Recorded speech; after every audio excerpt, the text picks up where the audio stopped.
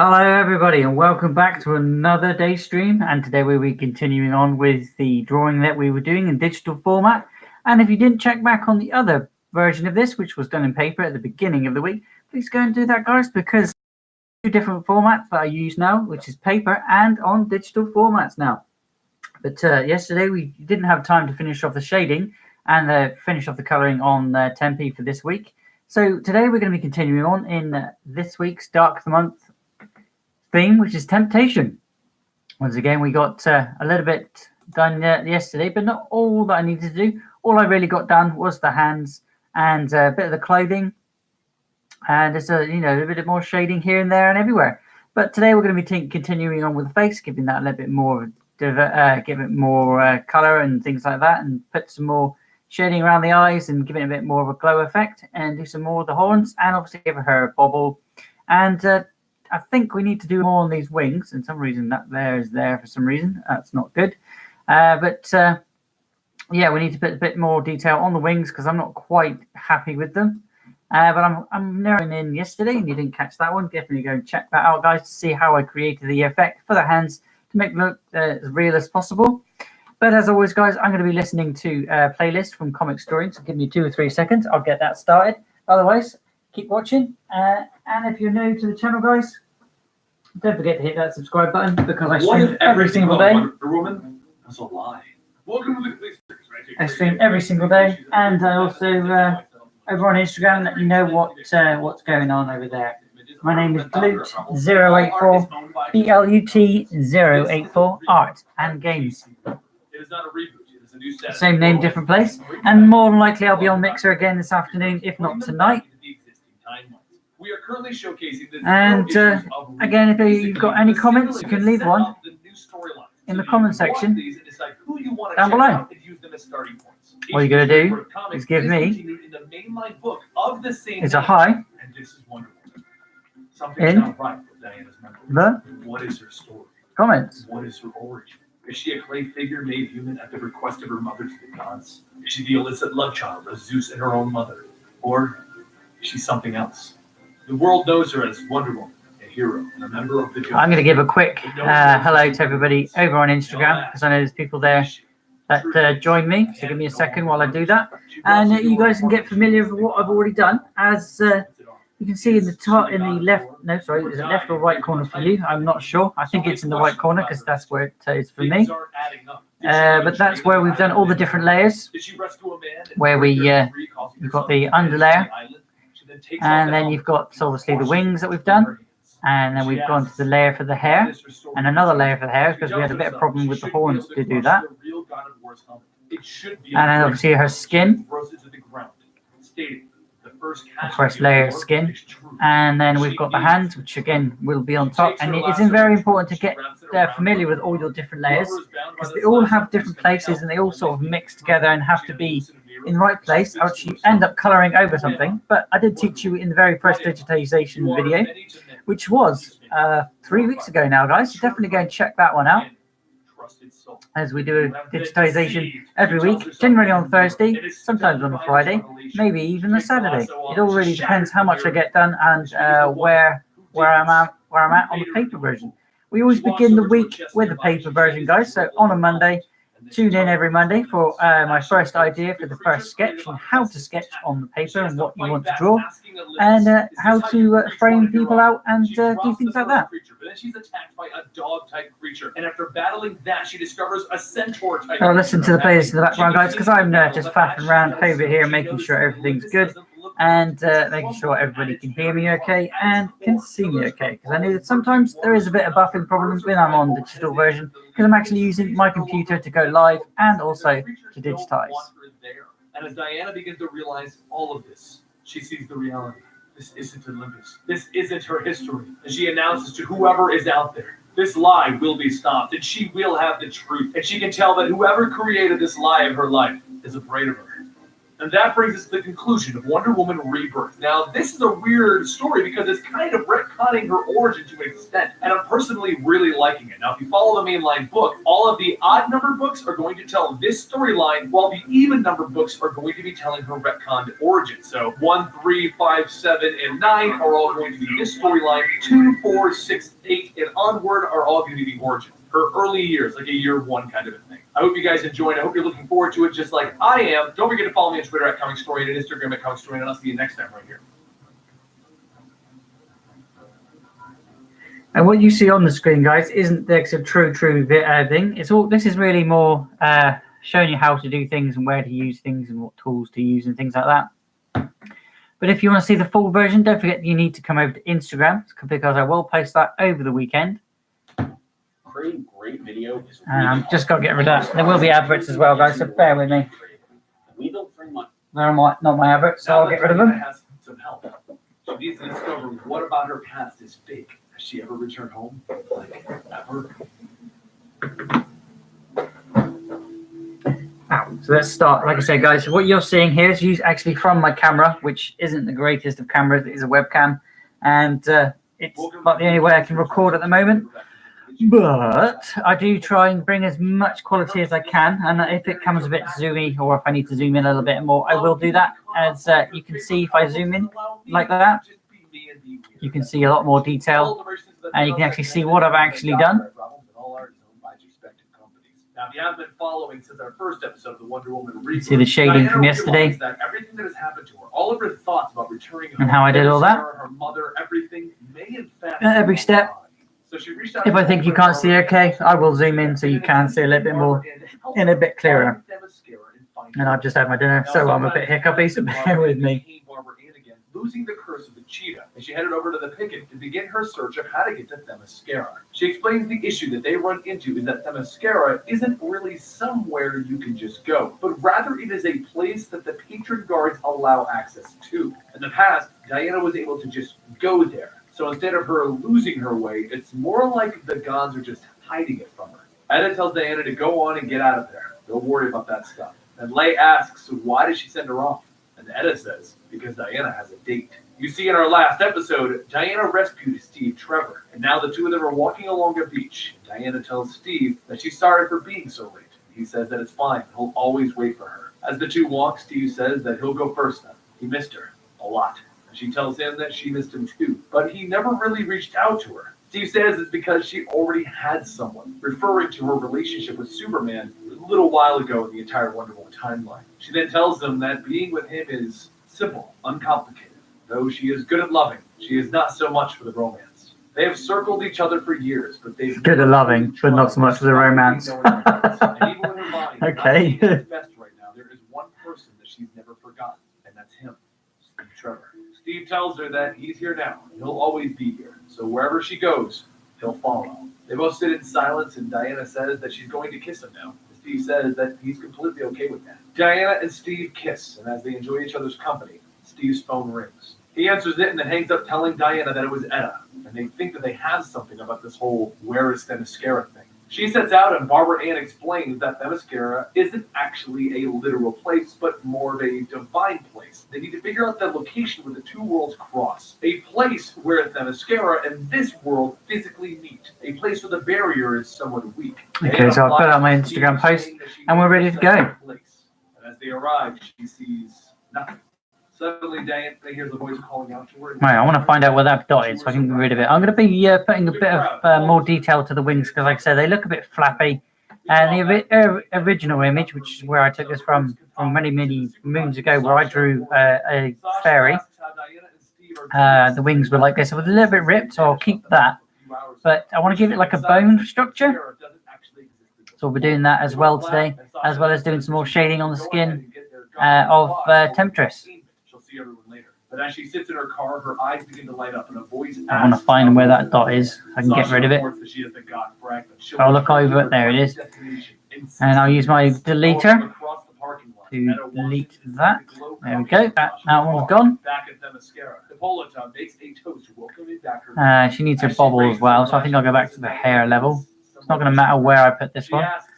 So I'll go there, and then I get rid of the background because I've got the original image still underneath, as you can see here. This is why I put a background, but let's get rid of that background for a minute and go back to the original image, because I take a picture of the image itself. A short while later, Steve walks through the island, and he's stopped by another Amazon telling him that he's not welcome here. And then sort of not copy it, but color over it. Says that she knows nada de Castelia, and he still should not be wandering alone. As that Amazon walks off, Diana runs up asking if everything's all right, and thinking about it, he tells her actually no. When they first met, he couldn't understand anything until they met Barbara Ann. Even they couldn't communicate, but now he understands them. The architect is different too. Even everyone's faces, none of it's the same. But as he goes on, Diana says that her wrist hurt and blood begins to drip down them.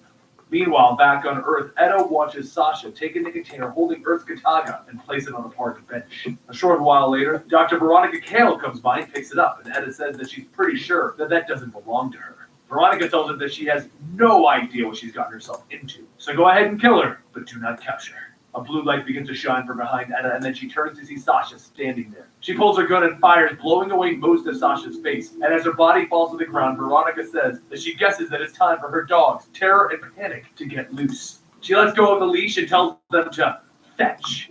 Back in what we think is Themyscira, Diana and Steve make their way out into the fields, and Diana says that this is all wrong. She can't remember anything. The pain in her wrist shoots through her. Steve tells her that he's going to take it off. And as he does, Diana mentions that this spot, she used to ride her horse here countless times. But where the grass should be is stone. Where the flowers are should be rubble. It's as if the whole thing is a parody of the home that she left behind. And that's when the clasp on her wrist guard pops open. And Steve looks... I may not talk all the way through this, just purely because sometimes I've got to sort of concentrate, or if I'm just really doodling, getting ideas. But you can always chat to me, guys, by hitting that comment section, and I will check it every so often, like so. Or if you catch him back, you can still leave me a comment, and I'll still see that comment on my phone or such, and reply to that at the earliest convenience, more than likely straight after you've commented. Unless it's a time where I'm asleep. I know people tune in on different time zones, and we should be joined again this afternoon by Nikki, but she's not feeling very well, same as I at the moment, so she may not join me. She may or not, or may, depending if she's able to get up this morning. She's not feeling very well, so we're giving her a little bit of grace, because she lives in America, whereas I live in England, and it's like 1 o'clock here for me. It's probably something like 8 o'clock in the morning there for her. As a creative, you know that creating. Oh, there's that advert again, so I get rid of that stupid advert. To have all the video you're working on. Yeah, about your advertisements, mate. What if everything that Diana knew was a lie? Oy vey. Right.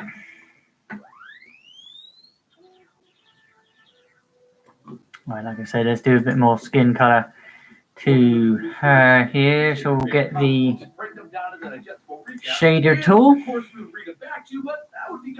Bit too big. Oh, our head. You can give that background back again.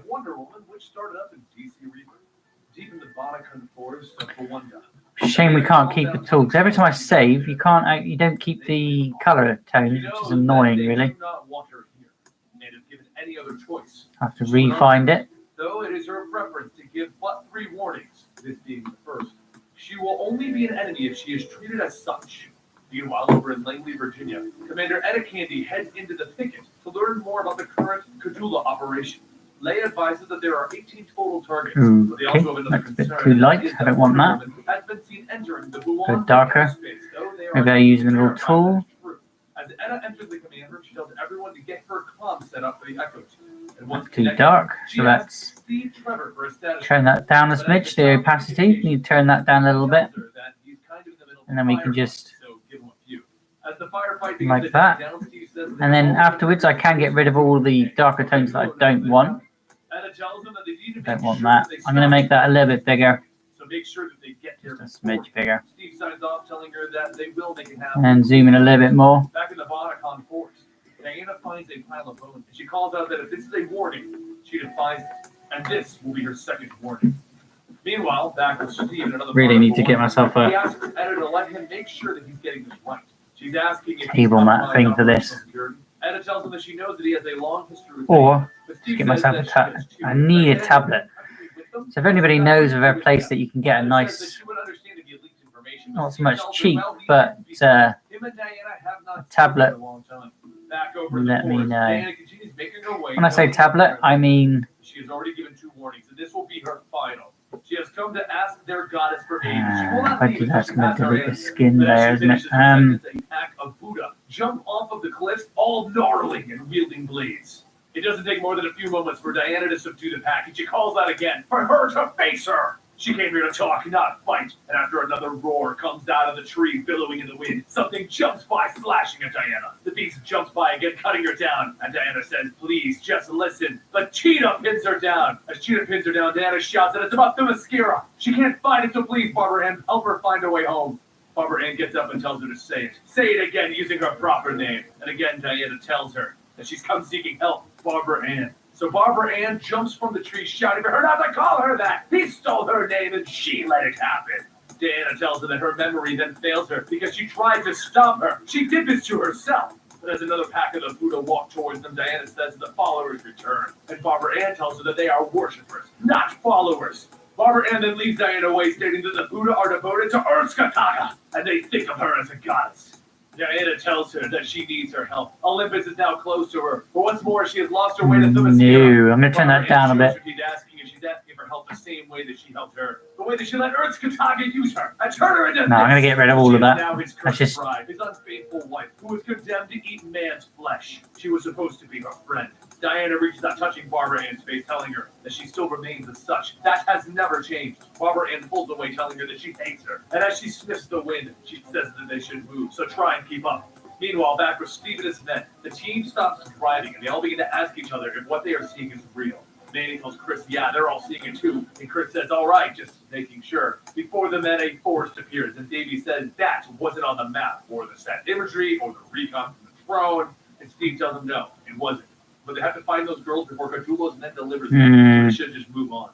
Back in the forest, Barbara Ann leads Diana, telling her that they need to move faster in order to reach the temple. You know what? I don't really like that. Coming, and they are hunting for him.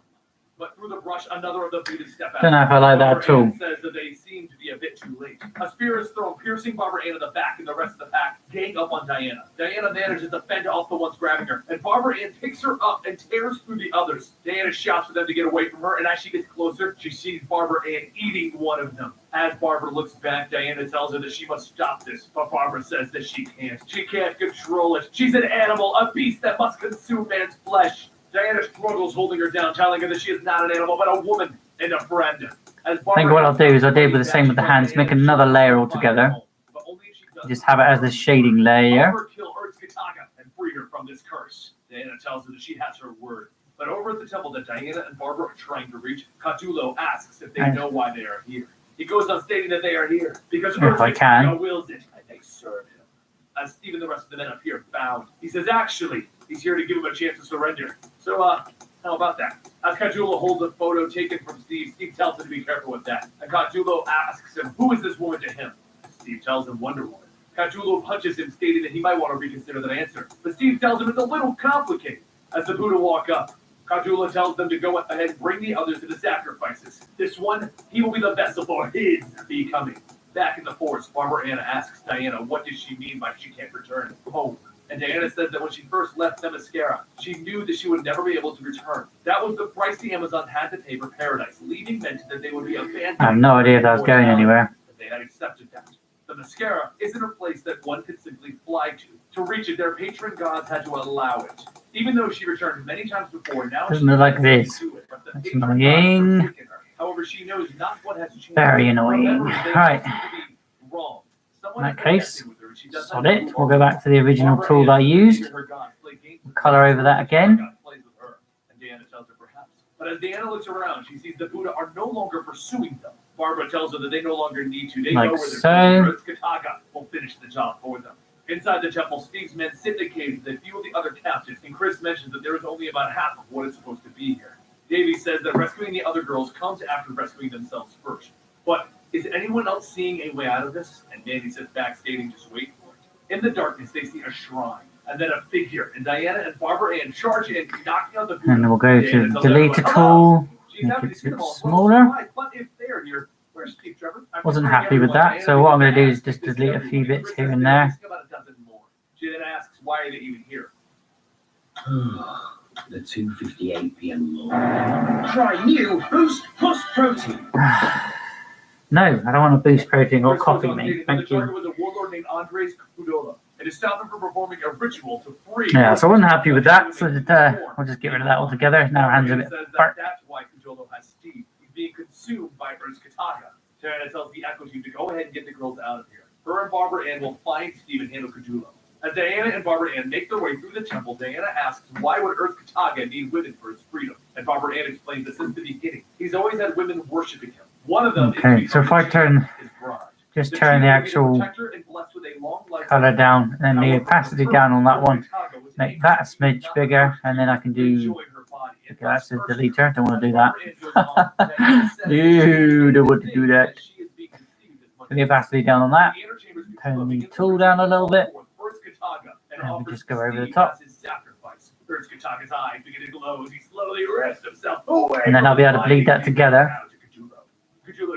Let's have a quick try on that a second, before I go put too much on there. Steve says normally she gives 3 warnings, but he doesn't think that he's going to get any. Before Cajulo can ask what he's talking about, Diana jumps in, kicking Ernst Kataga, stating that he can consider the warnings already given. As Ernst Kataga and Cajulo fall, Diana says that she's sorry that she's late, and Steve tells her that he really wasn't that worried. The two hug, and Diana says that she misses him. But as Steve says he does too, Cajulo tells the Buddha to get them. Suddenly, Cajulo realizes that nothing is happening, and Barbara Ann finishes killing off the last of the Buddha, stating it's so hard to find good help, isn't it? Cajulo shouts at her, calling her unfaithful, but as Barbara Ann drags And that gives it a little bit more something to it. She then punches Cajulo, and Diana tells Steve to go ahead and get the girl. But before she can finish, Ernst Kataga gets up, knocking her away. He slams his fist down on her, and he looks away. But as he looks away, Diana jumps up, ripping that arm off. As he grabs Diana with the other hand, Ernst Kataga tells Barbara Ann that she needs to remember. Help him, and he will free her. Diana shouts for her not to listen, and Ernst Kataga slams her down again, telling her, be quiet. Diana manages to pull out her lasso, and she throws it on Barbara, telling her to use it with the girls to bind him. Ernst Kataga shouts that he will not be tracked by the likes of them, and that his words begin to trail off. Barbara Ann and the other girls form a circle around Ernst Kataga, and he begins to decay and fall to pieces. And once it's over, all that's left of him is a small plant. Diana looks around for Barbara Ann, but as she sees her, she lays in her human form, stating that he lied to her. Everything that she did, all of the things that he made her do, all lies. And that concludes the first 4 issues of Wonder Woman Rebirth. Now, the situation with Wonder Woman is interesting because every other issue is a different time period. They're telling a year 1 storyline and the current storyline in Rebirth. These first 4 issues shows Diana reaching out to Cheetah to try and solve her problems so that she can get her help in discovering what is actually going on with Themyscira. But we'll start discovering that information in the next episode when we cover the next 2 issues before Diana pretty much goes insane. If you want to follow what's going on with Wonder Woman and get ready for the movie that is coming out in June, then make sure you subscribe to Comic Storian. And don't forget to follow me on Twitter and Instagram at Comic Storian, where we can talk The about your movie. favorite comics. Thoughts on that, guys? When that came out, what were you expecting? I wasn't expecting to be all love and. Really hard. The hardest part is everything that gets in your way of being creative. It's doing it again. I really don't want to hear this advert 4 times today. Thank you.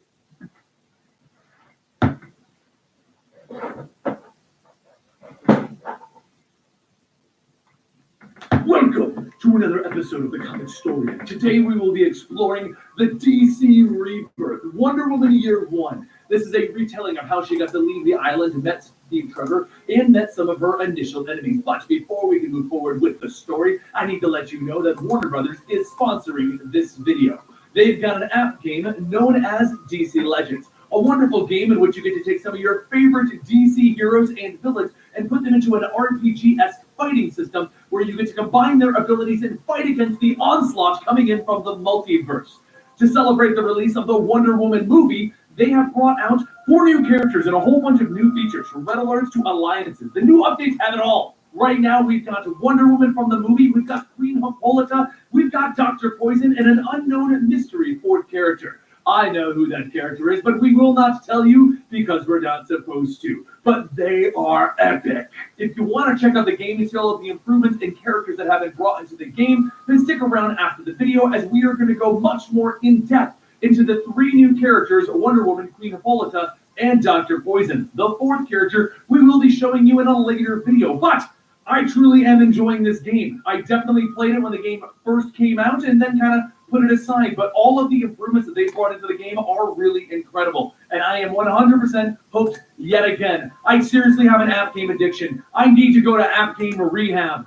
What would that be? Just like no phone? Anyway, guys, let's go ahead and move forward with the Wonder Woman Year 1 storyline and stick around to check out some of the gameplay.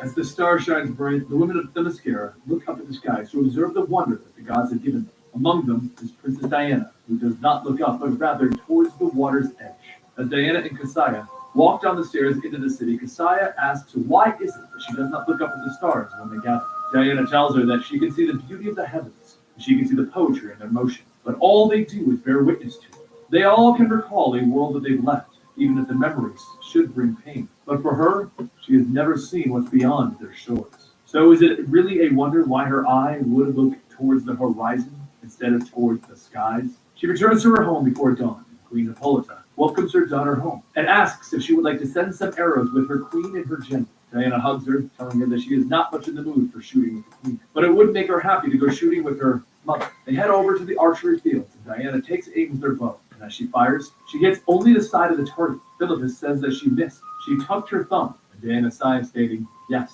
she knows. But perhaps her mother would like a turn. Hippolyta laughs, telling her, oh no, she's more than happy to see Philippus pick on someone else's technique for a change. So go ahead. Diana says, right, and she knocks 2 arrows and pulls. Philippus tells her to only shoot 1 at A, but as Diana releases, the 2 arrows fire, passing to 2 separate targets. Diana bows to her mother, telling her that it is now her turn. As the days and the months pass, Diana continues to fulfill her duties as a woman of Themyscira, but still finds herself staring off into the horizon, wondering the same question over and over. What is life like across the shores?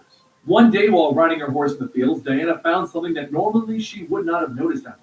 As she stares over into the twisted withered tree, she asks herself, how has she never noticed this before? While looking up at it, she reaches to touch it, and just as her hand gets close, a serpent lunges out, biting her by the wrist. Time passes, and Diana returns to the shrine to thank the gods for their care, granting her a recovery after such a long time. She washes her face, and the voice of Castelia says that it's good to see her after so long, an illness. Many people were worried. Diana tells her that that was not her intention, and Castelia says that she knows. But could she still not remember what happened? Diana thinks on it, and all she can recall is that there was a snake, and then she awoke sometime later. Castelia opens the stone doors to the altar of Harmonia, saying that their gods speak around the world, but rarely in their own voice. It is up to them to interpret their message. The illness, the recovery, all of these must be messages. They give from the patrons to them, the daughters of Harmonia and Ares.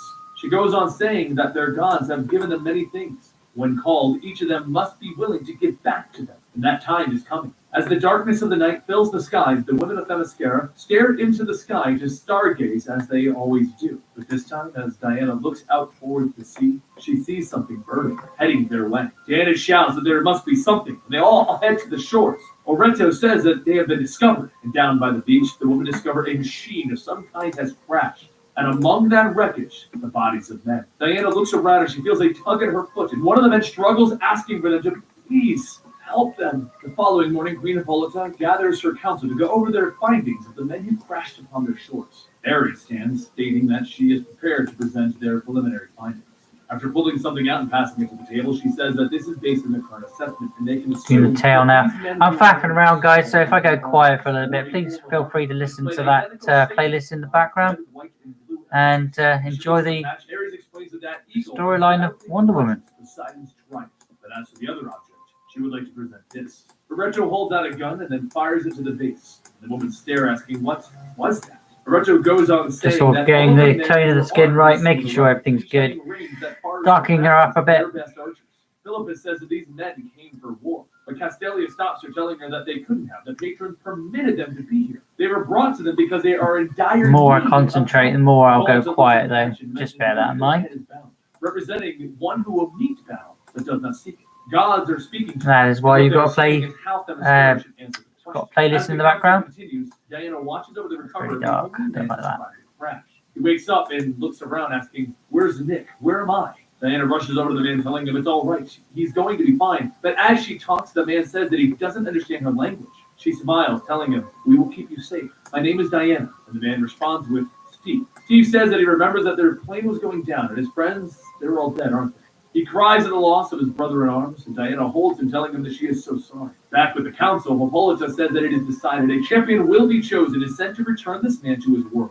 This man, the survivor, is their key. He will reveal the enemy to both his people and theirs. For that, she is certain. Oreto asks her to reconsider and to name a champion one of their sisters to eternal exile. Anyone who leaves can never return to this paradise. Their immortality would be forfeit. She would be a woman in a world of men. Castelia tells her not the only one. She would be the only Amazon. The men of the world best beware. As the council ends, Hippolyta returns home and asks Diana if she went to see the survivor. Diana says that she did, and he calls himself Steve, though she could not understand him. What she could tell is that he loved his fellow man. Hippolyta sits saying that they are moving the games to tomorrow, and with it, the winner will be named a champion, and they will bring this man back home. The champion will be their ambassador, an Amazon without a home, and she will never be able to return to Themyscira again. So, with her still recovering, no one would think less. Diana says that others may not, but she would think less of herself. She could not proudly call herself the daughter of Hippolyta, were she not to try. Hippolyta holds her daughter's face and kisses her forehead, telling her that she always makes her proud.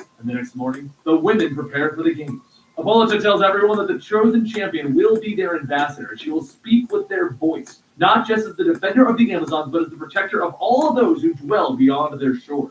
She will leave her home, her friends, and all that she has ever known, and she will leave her immortality. Some squeaky going underneath my mouse. This will be her sacrifice. Themyscira's gift to the world, their champion, to let the games begin. The Amazons participate in a series of tests and battles, and in the end, only 3 stand, one of which is Diana. Hippolyta says that there will be one final test. Grabbing Steve's gun, she tells them that this is a weapon from man's world, and they must learn to defend against it. The first Amazon steps forward, and Hippolyta tells her that she must parry her shot, and Sophia says that she understands. Hippolyta pulls the trigger, and Sophia is shot in the shoulder. Hippolyta tells her that though her effort was valiant, no shame rests upon her. Now the next must prepare to defend herself. The next Amazon steps forward, and as the gun is fired, the bullet hits the embrace, but ricochets, hitting her in the stomach. The Amazon falls to her knees, and Hippolyta then calls Diana forward, telling her to parry the shot. Diana looks forward, holding her wrists together. And then later that night, Steve looks at the repaired jet, saying that he knows no one can understand him, or he understands them, but he really doesn't understand how they fixed his plane and made it invisible. Steve notices that the women are bringing his friends aboard, stating that they are sending them all home, and for that he thanks them.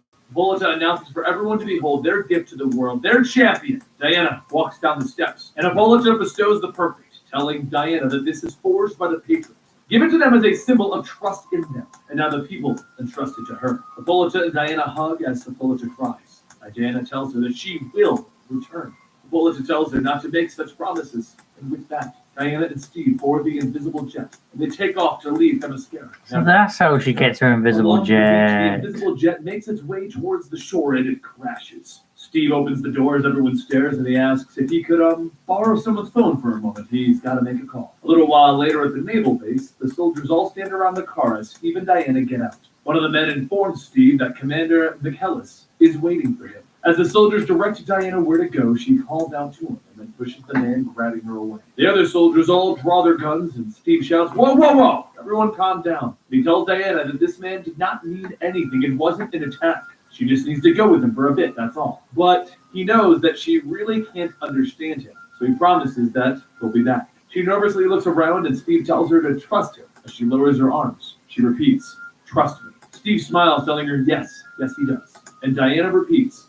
"I do." A short while later, in the medical examiner's office, Michaelis asks who the hell is that woman? And Steve says that what he's going to say, he will not believe. The examiner goes over the charts and pulls Michaelis aside, telling him that he isn't understanding. Mr. Trevor had his appendix removed when he was 9. Well, whatever they did, it's back. Later in the briefing room, Michaelis says all of their findings on this woman and her jet that is now suddenly disintegrating is very fascinating. But that doesn't change the fact that the mission was a failure. Their intelligence officer is confident that the Seer group is still operational and planning something big. As Steve awaits his orders, Lieutenant Etta Candy lays a folder on the table, saying that she will try and make this quick. She holds up a picture of Diana, saying that they all need to talk about his new friend. McKellar shared the debrief, talking about an island of women out of a gladiator movie. Etta says that the technology that they have is what you would expect from an afternoon science fiction feature, which is hard enough to believe, except her gear is better than anything that they can make. The plane literally is an invisible jet, and it didn't fall apart as much as it decomposed. I just realised what I was doing. There's been loads of blue on there. Bugger. Steve hastily says that they can't keep her there. She's got to be scared. All they can say is that she is something else. She's a friend, and she's here to help them. As night comes, Diana sits in her cell, alone, thinking about how this was all a mistake. She should have stayed on the island. The people out here are afraid of her, and she does not know how to make them understand. She just wants to go home. A voice calls out to Diana, and Diana looks up to see an owl by her bed, and several others. The next morning, Etta brings in Dr. Barbara Ann Minerva to assist in trying to translate.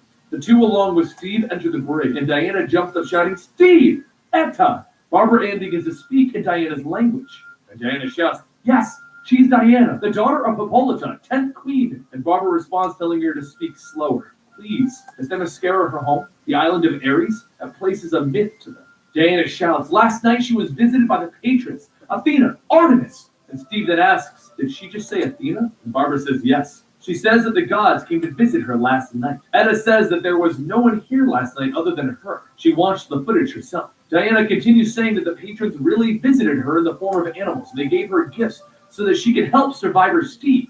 Barbara, without responding to Diana, turns back saying she is claiming to have been visited by the Greek gods, which is absurd. She believes in gods that don't exist. Etta says that there's an alien flying around Metropolis, so anything is possible. Barbara Ann explains that extraterrestrial life is scientifically sound. This is a belief in the supernatural. But before she can go on, Diana shouts. The origin her into now time. Everyone Right, looks back okay. to Diana, holding the now ripped off cell door. Diana says that they gave her gifts. Bloody films. Barbara Ann said that she's In the film, she's in to help bloody Diana adjust to a different culture. The three take Diana World to a Wars. shopping district. And Diana shouts that it's very loud here. Barbara Ann tells her that there are many stores and shops, and they use music to attract attention. Diana continues looking at everyone and says that they are men and women, small men and women and children and babies. And Barbara Ann asks if she wishes to leave. She knows that it can all be overwhelming. Diana tells her, "No, this is good. This is wonderful." Etta suggests that they should get something to eat. Steve shouts that they should get Diana a churro. Barbara Ann tells him, "No way, those are pure sugar, and they will make the poor thing sick to her stomach." As the three try to figure out what to eat, Diana looks around, observing the people with two children walking by, telling her hello. She kneels down, saying hello, and the little girl says that she likes her outfit. And she responds with Diana. As she smiles, the children run away and wave, and Barbara Ann tells her that she makes friends easily. She says that there are no children where she comes from. She was the only one. Barbara Ann says that she would like to hear more about her home, but first they should get a meal. Perhaps dinner? Diana responds with, Okay. "Yes, please." And Steve shouts, "Hey, he understood that." As the four sit down, Barbara says that she has a question. These patrons, they came to give gifts, right? And Diana tells her yes, they gave themselves to her. So Barbara Ann asks, what specifically did they give to her aside from strength? She tells her that she does not know. They said that she will learn of them as they're needed. Some gifts will be clear. I'm not going to do any more to the skin level. I might shade it ever so slightly more on the left-hand side. But if I put any more on there, it's just going to get convoluted and all shaded out, and it's not going to look good. Unmistakable. Etta shouts that she can understand her, and then everyone else quickly grabs a hold of the perfect. But before they I'm going to give Nikki a quick heads up, see if she's okay, see if she can join me today, see what she wants done to that, and see if she likes it. Said she likes the paper version better. She says that she sees 5, possibly more. Steve pulls out his gun and he starts to fire back, but before one of the shooters can fire again, Diana's lasso wraps around him, telling him no. She then pulls back, disarming the man, and he pulls out another gun, so she wraps his arm up again, telling him that she said no. Up in the balcony, one of the shooters aims for the little children that Diana met earlier, and just as the young girl shouts for her mommy, Diana begins to move. She runs faster than the bullets being fired, deflecting all of the bullets with her van braces. The shooter stares, and as Diana jumps up to the balcony, she throws the lasso, flinging Steve up to her. The shooter aims his gun at Diana, but before he can fire, Steve is thrown into the side of him, kicking the man down. He starts to rip his shirt off to cover the victim's wound, and he says that Etta spotted 5, so there's 2 left. Diana asks, why would they do this? Why would they make this their battlefield? The 2 remaining shooters begin to fire down to Diana and Steve from another rooftop. And one pulls out a grenade. Steve says, oh God. But as the grenade is thrown, Diana leaps off of the balcony, catching it. and then she covers the blast with her own hands. As the police and the medical arrive, EMTs take over for Etta, and she asks, where are Steve and Diana? Barbara Ann says that there is no need to find them. Just look up. Diana floats down with the remaining shooters, and Diana asks Barbara if her and Etta are unharmed. The shirtless Steve tells the officers that these men are all theirs. But while Steve and Etta look at one of the shooters, they unbutton his shirt, and Diana says that she's seen this symbol before. Steve tells her that it is the Seer. Back at the naval base, Commander McKellar says that thanks to their friend, they now have 4 members of the Seer group in their custody, which is 4 more than they have ever captured alive. None of them are willing to say a damn thing, other than thank his will shall not be denied. McKellar then holds up a picture of the symbol on the man's chest and says that Barbara Ann mentioned that she had seen this before. Barbara Ann says that it was 5 years ago, tattooed on a man who's been a foreman at a dig that she worked in Ukraine. However, he died in North Africa. Etta asks, what are they looking for? And Barbara Ann goes on to state that they are searching for physical evidence of the Amazons. And they did find it. The site was later destroyed by an act of God. Outside, Diana walks up to Steve while talking to a hawk on her arm. As the hawk flies off, Steve asks if she can talk to animals now, and Diana tells him yes. Because of the perfect, she can understand things more easily. He then says that it's kind of a neat trick that she can show her friends back at home, and Diana hangs her head stating she can't go home. She left home not for him, but because she must. As the two watch the sunset, Steve asks if that was the queen that was crying. Was that her mother? And Diana tells him yes. Steve then says that it must be very hard. So did she leave someone special, like someone really important? Diana says Cassia. Her name was Cassia. And as the two look at the horizon, she reaches out, grabbing Steve by the hand, and the two watch as the sun sets. Later, back at the base, Steve and Diana go see Barbara Ann and Etta as they go over the information that they have in the Seer group. Diana asks, why would people want to make war when there is peace? And Barbara Ann says that that is something that they do not know. They do this all around the world. But from what they can tell, they resent the way that some people worship or where other people live and who they love. Barbara Ann hands over a picture of the tree symbol, stating that she has seen this. And that is the whole reason of war, people. On a man when she was searching for the home of the I don't like the way you do something. Diana says that she saw Therefore, I'm going to do something about it, like shoot you. Oh, look, you're dead now. Oh, that's no longer my problem. Oh, look, over there, somebody doesn't like the way I've just shot you. Oh, that person just shot me. Oh, dear, now I'm dead. Now that person over there that didn't like that horrible person that I shot got shot. He's going to shoot that person. War. Why? Pointless. A short while later, and it says that it's called the Mara virus. It was Sit based down on and talk to each other. If you can't talk to each other civilly, developed a weaponized version of it. Steve goes on then separate and don't talk to each other. And it makes it And have ambassadors that can talk to each other without shooting each other. This is what makes them fight. And if these can't talk to each other, then you mustn't be together. Keep killing until they are stopped, or the And virus it won't work is between you. killed. So fucking stop shooting each other. Sorry for swearing, I don't like war. The lab where the virus is manufactured. But the plane went down, and by the time they could send another, Don't see the point in it. Don't see why they do it, but they do anyway. She would like to show her something. Right, enough of that crap. Let's go to a different layer now and see if I can find the face details. Aries was not a patron that she listed among the other patrons, was he? And Diana tells her Should be on one of the higher he levels. is madness. Just Might even be on that level there. No. But before Diana can go on, there's a massive explosion. That might be the layer. Diana looks up and hears a voice calling to the princess of Amazon. Nope, don't want to do Without that. second thought, Diana leaps at Ares, shouting for him to let go of Steve. And Ares effortlessly swings back, knocking her down, stating she must have forgotten herself. I think that's the layer with the actual face on it. So I'm going to go to that layer now and do thermal shade underneath everything, not on top of it. Steve then tries to cut at Ares' arm, but his knife Same process as what I was just doing with the hands and skin things. Places his hand over Steve's face, and Steve Like that. Okay, so that's not the layer I should be on. Any further, Diana charges in, Go underneath. ramming into him, pushing him away. Ares stands up, telling Diana, "That is twice that you have struck me. The third time will be your death." Diana shouts that she has no choice. She knows of the madness that he would unleash. The poison thine agents spread. She begs thee, Warbringer, turn from this blood rage, thou patron of warriors. She kneels before Ares and he asks, you would supplicate yourself on their behalf. You know nothing of their world or their ways, yet you would plead for them. She says that she pleads for peace, dire war. She pleads for life. Ares tells her that he would have something in return then. Diana says that she would give thee anything to spare these mortals. Ares goes on stating that he will offer a trade. It has been a god's age since he has last seen his daughters.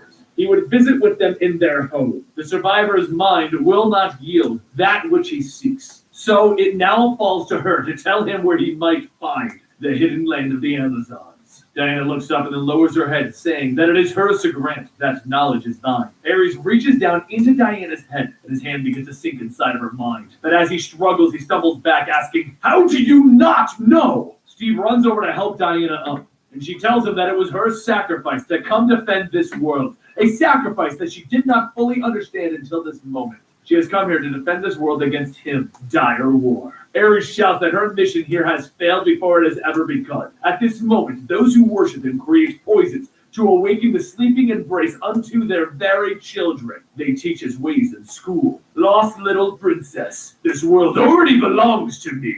As Diana stands on her own, she then says that from him, they will take it back. She runs forward, but before Ares can attack, the gods all assist in distracting him. Diana manages to wrap the lasso around him and then pulls the cord, ripping into his body. You can just about see what the shading I've put there. And Barbara Ann tells him that they'd be You can't actually see it true. One of the gods swoops by, grabbing Barbara. Maybe you can now. It is very faint, but that is on purpose. After looking at it, Steve shouts, "Never mind. The owl showed me that the Seer groups plan to attack across the world." Edda takes the phone, looking at the locations, and then says they are targeting the United Nations.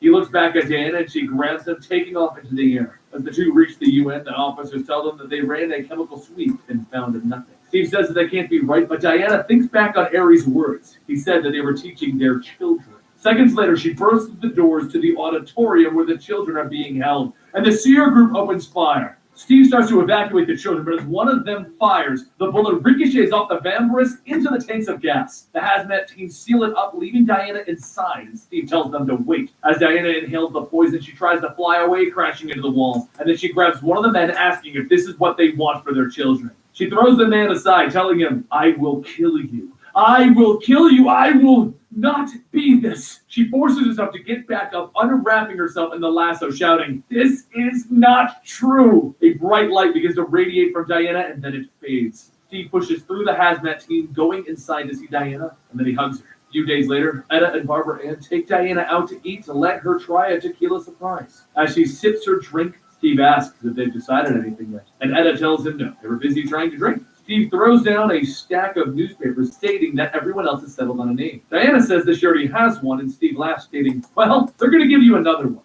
and your name is Wonder Woman."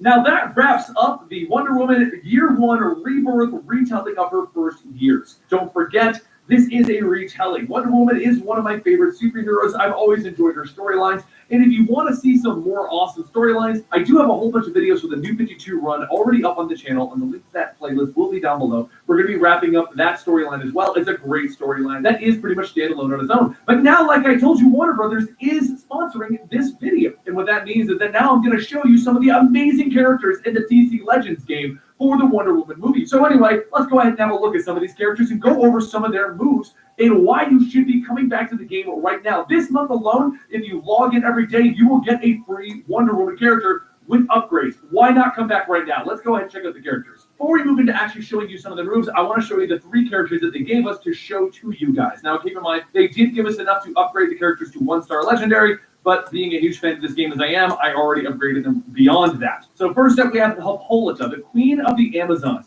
She's a very much support character with different abilities such as shielding your team or attack buffing your team. But she also has an awesome ability. Yeah, we don't need to hear that, guys. Going to fast forward. She'll go in and attack the enemy and then bring in someone else to help out. I don't want to know about that game. I don't like DC. Great video is hard. Really, but you know one of the parts that sucks the most? Everything.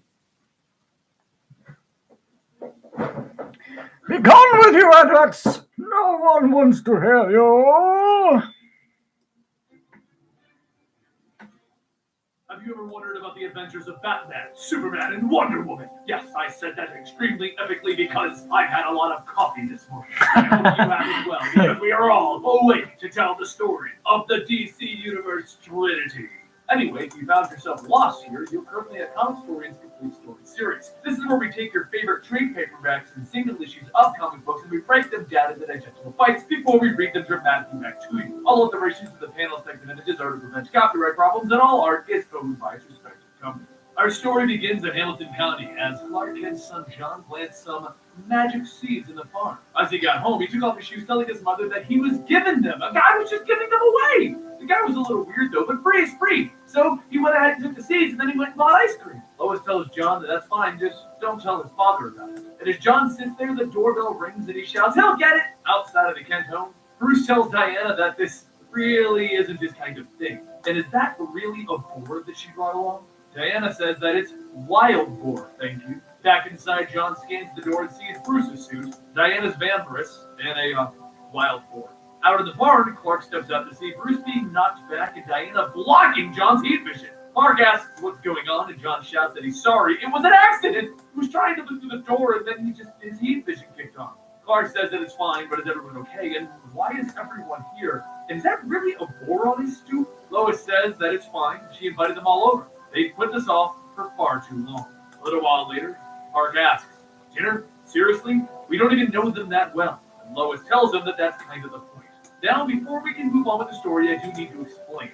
In this universe, there was an alternate universe version of Clark Kent, and that's this individual. The stories move on, and he gets merged into the timeline, and no one acknowledges the fact that he's an alternate reality Clark Kent. But this is during the time period in which they were still unsure as to who he really was. Anyway, we're going to continue. Lois tells him that with him returning to action, it would be nice for them not to be in isolation. Just smile and do it for John. As dinner is served, Clark tells everyone, "Thanks for coming. I just wasn't expecting this." And Bruce tells him, "Diana made me come."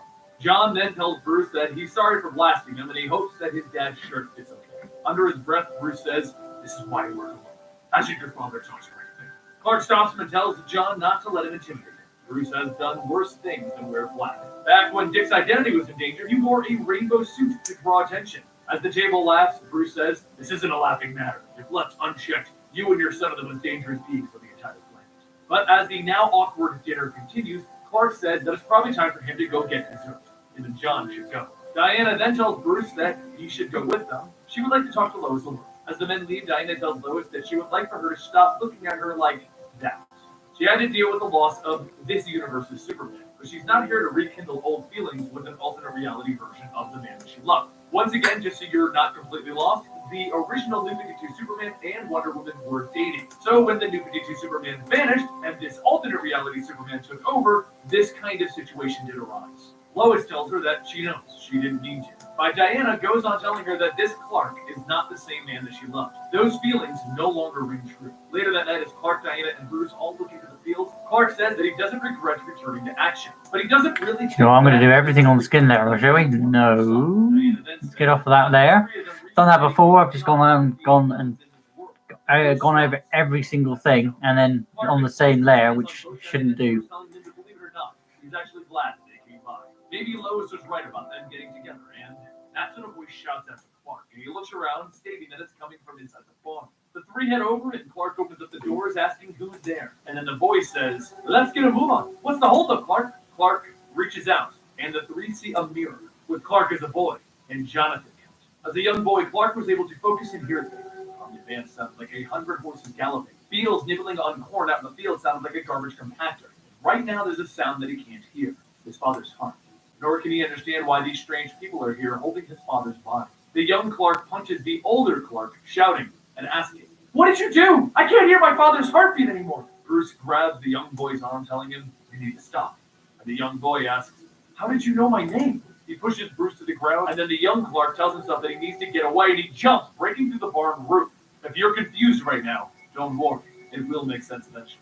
Clark sets his father, Jonathan Kent, down, telling him, "No, my dad is the strongest man I've ever known. He's got to wake up." Jonathan starts to cough, and then he looks at Clark's chest, stating, "That empty."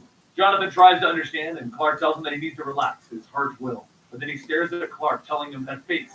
You must be his father. No, no, no, no! Clark says that this is all a misunderstanding, but Jonathan begs for him to please don't take my son away. Meanwhile, over at Devil's Mount Falls, the young Clark is wiping his tears, telling himself that his dad is dead because of him, and those people, they're going to take him away to another planet. The voice echoes, asking, "Why are you crying?" And the young Clark asks, "Who's there? Are you with those people who showed up?" And the voice tells him no. Quite the opposite, actually. They are someone who can help him, but first, he's going to need to help them. Back at the farm, Jonathan begins to open up the cellar doors, and Diana tells him that they apologize for the confusion, but she can assure him that Superman is not young Clark's father. Jonathan heads down into the cellar, pulling away a tarp, showing the ship that Clark arrived in, telling Clark that You may not be his father, but judging by that symbol, you may have an answer to some of my son's questions. I'm guessing for now, we're going to have to put my fear aside, and hopefully you can lead me to the truth about Clark. A short while later, everyone arrives with Jonathan in his truck. Bruce says that this is... Okay, I'm not going to put any more detail on those horns. I'm kind of happy with the way that is. They saw the three of them flying around dressed up like that. The only place that he could think of... Do you need to put the fishnet it's where he learned to swim on here? Nicole did say about changing the color of them, so what I'm going to do is I'll do this first. The layers, not the layers, do the detailing first. It's not a matter of when we got here, but where. When we were driving, Clark looked around, and it wasn't a look of familiarity. It was a look of wonder, as if he was seeing this town for the first time. Diana tells Bruce that he's being too analytical. She's been looking for Themyscira with no success. If she were in Clark's shoes, she would have the same look. If they are in the past, you may not remember it. The group continues to walk, and Bruce finds young Clark's hair. And as him and Diana scout ahead, Clark himself begins to feel weak. Suddenly, he slips and falls into the river without any help. I'll have to be on the skin layer. He pulls out Clark, and he tells him, "Come on, you've got to get my boy." Clark coughs, stating that he can't tell him much about his son, but there's something that he can tell him about himself. He's the type of person who gets up before the sun rises, dances with his wife in the kitchen, even though he thinks it's silly, and watches the sun set with his dog. He may not have the answers, but he doesn't need them. With everything that he has, that's what his son Clark would want. A few moments later, Bruce and Diana return with the young boy. And as Bruce and Diana go to help their Clark, the older individual, Bruce mentions that he found traces of kryptonite in the water. But that's strange. How is young Clark unaffected? Back outside the Kent barn, in the current time and place, Where's the that proper then? world, Jonathan, Must be on clothing layer. looks at the vines growing and he asks, "What is all this?" A voice tells him that it's the seeds that he planted, and his father should have taught him better than take things from a stranger. The figure then looks at Clark, Bruce, and Diana, all bound up by the vine, stating that it seems they are in a good dream. He even brought his friends. Poison Ivy then says it doesn't matter. She'll take care of them out here, while he takes care of them in there. Soon back with the three of them, the scenery changes, and Bruce now finds himself looking down an alleyway in Gotham, hearing the two bangs that forever changed his life. He jumps down, stating that it was here. Are we now lost in my own city? But back outside... Okay, what I'm going to do, because I don't know the actual true layer, she looks back to see John, so I'll leave... says, "All right, now she's officially worried." Meanwhile, I'll have to get rid of all of these, to make them invisible at least. She tells him to go ahead. They're not going anywhere, I've not deleted them, just literally getting rid of them so I can see the base layer. This is not our world. Diana then points at Wayne Tower, stating that this might not be his. And I can draw on top of another layer, so I can actually get this pattern here. What I might do, while I've got it, may have led them to a very specific make that smaller, and then what I'll do is this, follow the line, then I won't mess up the line, and then I'll go back to the clothing layer, see if that looks okay. Yeah, it looks okay. Superman flies by, grabbing young Bruce with the medication that he's taken, shows Superman as and then demon. Young Bruce go right across. And Batman, seen as a giant bat, swoops in and grabs him. If it does need tidying, I can. Yeah, it needs a lot tidying. Telling him that he's under some kind of a spell, blinding him from the truth. Okay, so she wraps her get rid of that one again, so I can just get the line with the leg is. Oh, lots of L's. And Alfred helps him up, stating, "It never was, and I will remind you of that every day." Elsewhere, Batman looks at a flyer stating that for the longest time he couldn't forgive himself. The actions that he's taken affected other people's lives. Tim was getting ready to do what he This is another reason why I keep the original layer. Death wasn't his fault. This is who they are, and as much as they try to fight it, this is who their sons will be. All they can do is prepare for what's out there. If you're curious about Tim Drake's death, then check out the video down below. It's a story in Detective Comic Books which involves the death of Tim Drake. Back at the Kent barn, Lois drives the truck, bursting through the barn doors, shouting for Ivy to get her hands off of her son. Once again, the scenery washes away, and Wonder Woman, Batman, and Superman find themselves on a boat rowing to the shore. Wonder Woman tells them that she can feel it. They're here. She's arrived at the mascara. I always keep the original layer. She followed her heart's desire and it led them here. And Batman tells her, "Don't be fooled. None of this is." So I can copy the original layer again. He ducks out of the way of the oncoming arrow and tells everyone to look out. Suddenly, a group of Amazons surround them, and speaking in their language, one shouts, "Who are you?" Wonder Woman tells her sister that she is not the So we'll put that back, and then you've got a nice layer for where it was, or a nice line where it was. But the Amazons shout, "Lies!" And they swing down. So if you do ever change anything, I need to do that again. Diana. The young Diana pulls off her helmet, stating that that is not their nature. Sneeze. Right, until they have all other alternatives. This woman tells a lie, Oh, dear me. she will be punished. If she speaks the truth, then she believes that they may have more questions to ask. Back at the Kent barn, Lois plows through the barn, hitting Ivy to get her away I'm from feeling her son. absolutely She goes brilliant out of today. the truck, running over to John, asking if he's okay. Ugh. She can't lose both him and her husband. She I looks up apologize and for that, sees guys. Superman, Batman, and Wonder Woman all wrapped in vines, and Ivy tells her that her son is fine. She moved him out of the way. As she punches Lois, Ivy tells her that although she can't say the same for her. Back at the mascara, the three are brought to the arena, and Superman asks what exactly is going on here. Wonder Woman tells them that they are being tested, and they must win. As the three complete their challenges, Hippolyta walks out telling them that perhaps they are not imposters after all. So what is the young woman's name? She tells them that they may call her Wonder Woman. The mascara is her home, with her sisters, her queen, and her family. Hippolyta reaches out, holding Diana's face, telling her that you are welcomed home. We will grant you acceptance to this paradise. However, the men cannot stay. They will go to the dark quarters. As everyone is led to the raft, the young Diana then asks why is Wonder Woman going with them. Hippolyta tells her that she has given Just her gonna an opportunity to put it see all how back she a minute. can fly, which would make it appear that her path lies elsewhere. As the three board the raft, it begins to drift off, but just before it gets out of range, And then I'll just take a quick picture for Instagram, guys, to let everybody know that I'm still live and you can come over and join me. Again, my name is Blut084, BLUT084, Art and Games, here every day on YouTube, occasionally on Mixer, and every day and night over on Instagram. Same name, different place. The raft sails, a giant sea creature surfaces out of the water, and Batman says, "Please tell me that that is not real as well." And the young Diana tells everyone that this may sound strange, but this creature will take them where they need to go. The serpent bites down, swallowing the raft, and it begins to swim away. And a few moments later, Wonder Woman holds up the lasso, looking for the young princess, asking, "Where is she?" The serpents will not have her. She runs through the mound of snakes, and she grabs the sword and starts slashing at everything that moves. With her last strike, she cuts the side of the serpent's stomach, releasing the three of them. And as everyone looks up, Mongol says that he's proud of his daughter. She has not only brought him one, but three presents. Meanwhile, elsewhere, Ivy wakes up in a field remembering that she was chosen to be the protector of something called the Green. Recently, it has given her the gift of consciously entering into her own trees. And up until now, she was the only non-plant life form.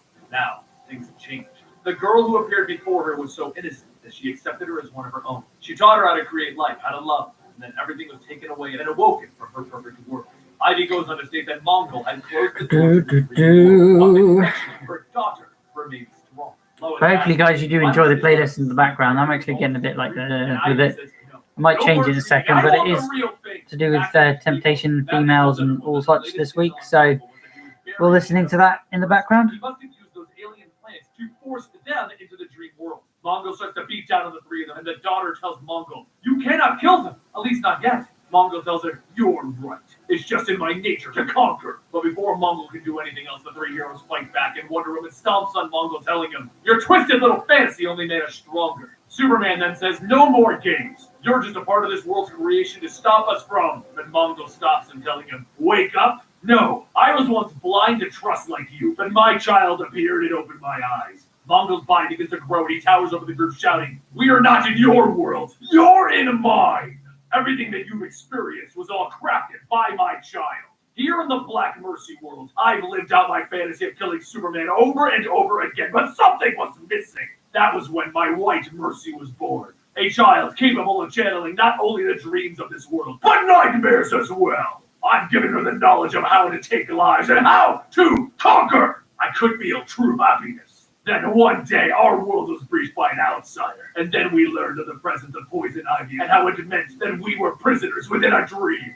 My daughter gained her trust and even her love, and when her guard was down, she revealed the world around us was created by the Black Mercy plant, and that she could access it. Right now, your bodies are empty vessels, and the powers of the sun bursting through Superman's body will ensure that my child's dominance over the world will happen." Back in the real world, Ivy tells Lois that this wasn't how it was supposed to turn out. She was doing this to free her daughter. And Lois shouts that a true parent would never do what she did to her daughter. Ivy begins to rip the vines off of John, telling her that she felt real to her. Through her husband, she was trying to bring her here. And Superman's eyes begin to open up. And through the daughter's voice, she shouts, "Mother, I'm here!" Superman then reaches out, grabbing Ivy by the throat. She asks, "Why are you doing this?" And Superman's voice changes again, and Mongol tells her, "No, Mongol, master of worlds, is free." He tosses Ivy back, telling her, "You are a fool! You sought to be reunited with that which is not real. The White Mercy was created for one purpose, to get me what I needed to be free." Lois wishes to John, "Remember that thing that we told you not to do? Do it now." And seconds later, Superman's body is blasted out of the barn. Back in the dream world, the daughter looks at Superman's lifeless body, stating that their friend is dying. This world will consume his mind as her father takes over his body, but she can help. And Batman snaps, "Help? Look around. We don't even belong here. We need to get back to our own world."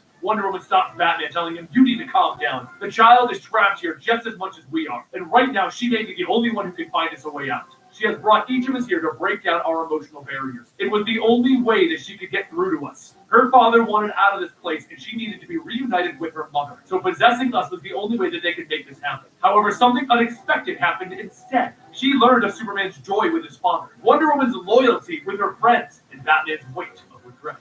Right now, we cannot defeat her father from here, and though Wonder Woman's trust grows, her place is needed here. His is out there. So, will Batman find it in him to let her in? Back in the real world, Superman charges back at Ivy and the others. And at the last second, Bruce jumps through, pushing everyone out of the way. Ivy asks, "Bruce?" And Bruce tells her, "No, it's your daughter." Mongol grabs the truck, asking if they're all ready to die. The daughter tells him, "Not today, they won't." She then pulls out a green pendant and holds it out, shining the green light of kryptonite over Mongol. Lois runs over to Clark's body, shouting for Bruce, or whoever that is, to put it away. And then she rips the Black Mercy off. And in the dream world, Wonder Woman sees Superman's body vanish. Ivy's daughter then tells sorry Ivy about that, guys. Me faffing around. However, though she feels Just up on Instagram sending places out. she will not deprive him of the same love that she feels right now. Ivy tells her to wait, and her daughter tells her that she won't suffer hardly. Through the connection to the green, she will make her forget. But don't worry. The one thing that she has taught her is that Mother Earth will always find ways to survive. Back in the dream world, Wonder Woman sees Batman's body vanish, so that it seems Batman is awoken as well, and then she pulls out a pill.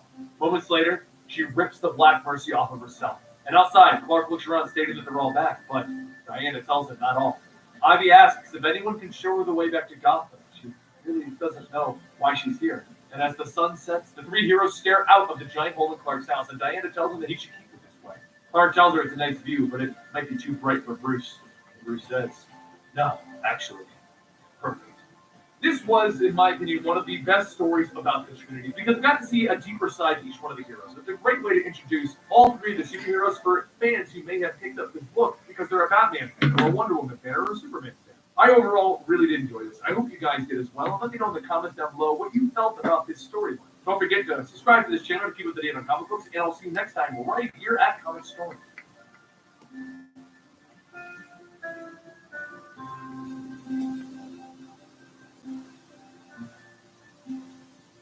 Okay, it's 2:30.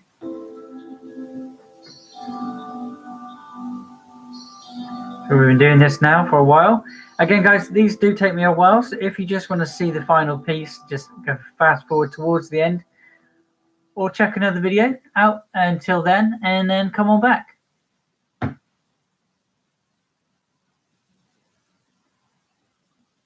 I think I might change that playlist in a moment if it's going to keep going on to Superman and things like that.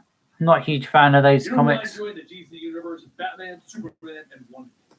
They are the Trinity. And what happens in the rest of the Justice League becomes overrun by an alien symbiote taking over their brains, making them fight the Trinity. Well, you're about to find out.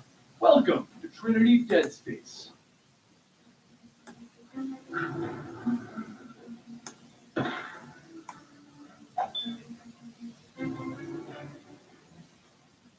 Up in space, the Justice League watchtower has gone silent after something crashed into it. Cyborg systems can't seem to connect, searching for some of the help. And then he finds three targets, three individuals that he knows can save the watchtower. Down in Devil's Mouth Falls, Clark, Diana, and Bruce all gather around something that Clark found. Back when they were fighting Mongol in the world of the Black Mercy, there was a young girl who was created. She was known as the White Mercy. And like that world, it was all but a dream created by the Black Mercy. However, what Clark found was something that his younger self carved into the cave walls, each of the three symbols. Diana looks at the markings and says, "What if that dream world is real?" And Bruce finishes telling her that we left her in that nightmare. If you're curious about the Black Mercy, the White Mercy, and Mongol, I will link the first story down below. But before they can question any further, there's a loud boom as the boom tube opens, calling the heroes. As the heroes leave, a voice calls out that it is real. She is real. Back at the watchtower, Diana says that something is wrong. Cyborg wouldn't have teleported them without a warning. Superman looks around at the destroyed hallways and says that he's pretty sure Cyborg isn't faffing around again. And Batman begins to examine one of the vines crawling through the walls, while Diana tells them that they need to hurry. Their friends need help. Don't really know where to go next with this. Watchtower, they find Cyborg fighting off what looks like green constructs. As Cyborg's limbs are torn off of his body, he says that he managed to get them. But Batman says that Cyborg's body is now going offline. Batman tells everyone that they have to try and get down to the escape pods. There, the power runs off of an independent source, and they can jumpstart Cyborg from there. But they're going to have to fight their way there. Diana straps Cyborg. Did say I was going to do the stocking, so let's do those a moment. Superman comes to a door and says, "We seem to have run into a problem. Whatever it is, I can't last." Okay, so I've got, you need to go back to black, just do the fishnet type part of it. Before anyone can even examine it, the Green Lantern, Simon Baz, and Jessica Cruz punch their way out with aliens attached to their heads. Simon grabs a hold of Superman, shouting what Superman can make out as, "Help me!" Jessica holds out her ring towards Batman, and as it lights up, Diana jumps in the way to deflect the oncoming blast. The hit bounces off of Diana's vampires, tearing a hole into the side of the watchtower, causing everyone to be sucked out into space. While Superman and Diana are pulled out, there's a sudden flash, then a crack-a-coo as Flash vibrates through the walls, grabbing both Batman and Cyborg. Batman gasps for air, and the Flash tells him, "Hey, sorry, I know how much you hate to have your molecules disassembled, but your lungs were seconds away from bursting. I was going to try and grab the others, but they can both hold their breath, so Batman tells him they'll be fine. Right now, we need to get to the lower levels fast." Flash tells him that he can vibrate them down there, but he's going to need a minute to recover. So now's a good time to bring him up to speed as to what the heck is going on. Those creatures latch onto Let's see if I've got a crisscross texture pack which he's been able to on stay that. free of by keeping his molecules in a constant state of separation. Which reminds him, "You have any candy bars in that utility belt, Bruce?" Batman shouts, "What the hell is going on?" So Flash goes back and says that there was a meteor shower that damaged the ship. See how that looks a moment. Cyborg brought up a few of us to help with the repairs, and that's when the creatures appeared. Meanwhile, outside of the ship, Superman and Diana noticed something else attached to the watchtower. It's a bit too thick. Let's make that a bit smaller. All of the living things on board have been lost to a viral infection. The virus will spread to the planets below, and the only solution is complete eradication. Back at the watchtower, there's a sudden crash as Arthur Curry, Aquaman, breaks through the glass with one of the aliens attached. If anything, I might be able to use the dots to actually give it the lines itself. So I'm just going to see what this looks like a second. So I can just delete it afterwards if I don't like it. Purely the digitization. "I should be dead." Batman asks, "What are you trying to say?" Arthur's holding back. Arthur breaks free of the wires and begins a struggle with the alien on his head. And Flash points out that there's water surrounding Arthur. Batman tells him, "I'm way ahead of you." And he pulls out a taser, shocking Arthur and the alien. Batman begins to peel the alien off of Arthur, and Arthur shouts, "Stop! We have to help them!" Back with Superman and Diana. Diana says that there's nothing that he can say that will have them choose the lives of their friends and everyone on that planet. The being then says, "Despite how it may seem, I'm trying to save the billions of lives on your planet. Every passing second, your ship descends closer to the planet's gravitational pull. Once it falls, it will crash and release the virus. We can save them all by initiating the vessel's self-destruct function, but we will need to get power from the watchtower. My programming, however, prevents me from leaving my post, which is why you will need to restore power to your watchtower to allow the destruction of the watchtower and the virus." Diana says that they reject his proposal, and the being shouts, "You are running out of time!" A projection appears, and the being says, "I will show you the destruction that virus can cause." Oh, good morning, Nikki. How you doing? Whose only goal was to learn of the knowledge of the cosmos. Unfortunately, our curiosity brought these creatures back. Morning, morning. How are you? Ultimately making us turn on each other. The last survivors gathered. Your coffee? How you feeling today? And once it was a safe distance away, we intended to initiate the self-destruct, but we were caught in a meteor storm.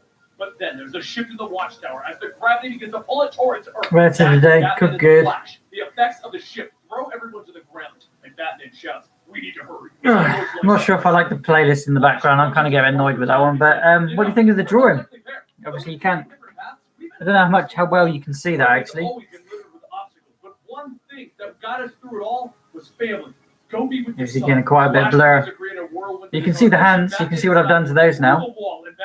I know you like the hands part of it. Batman then bangs onto the wall shouting for Barry, but there's no answer. And with that silence, Batman grabs Cyborg and says, "It's just us. We've got one more level to go."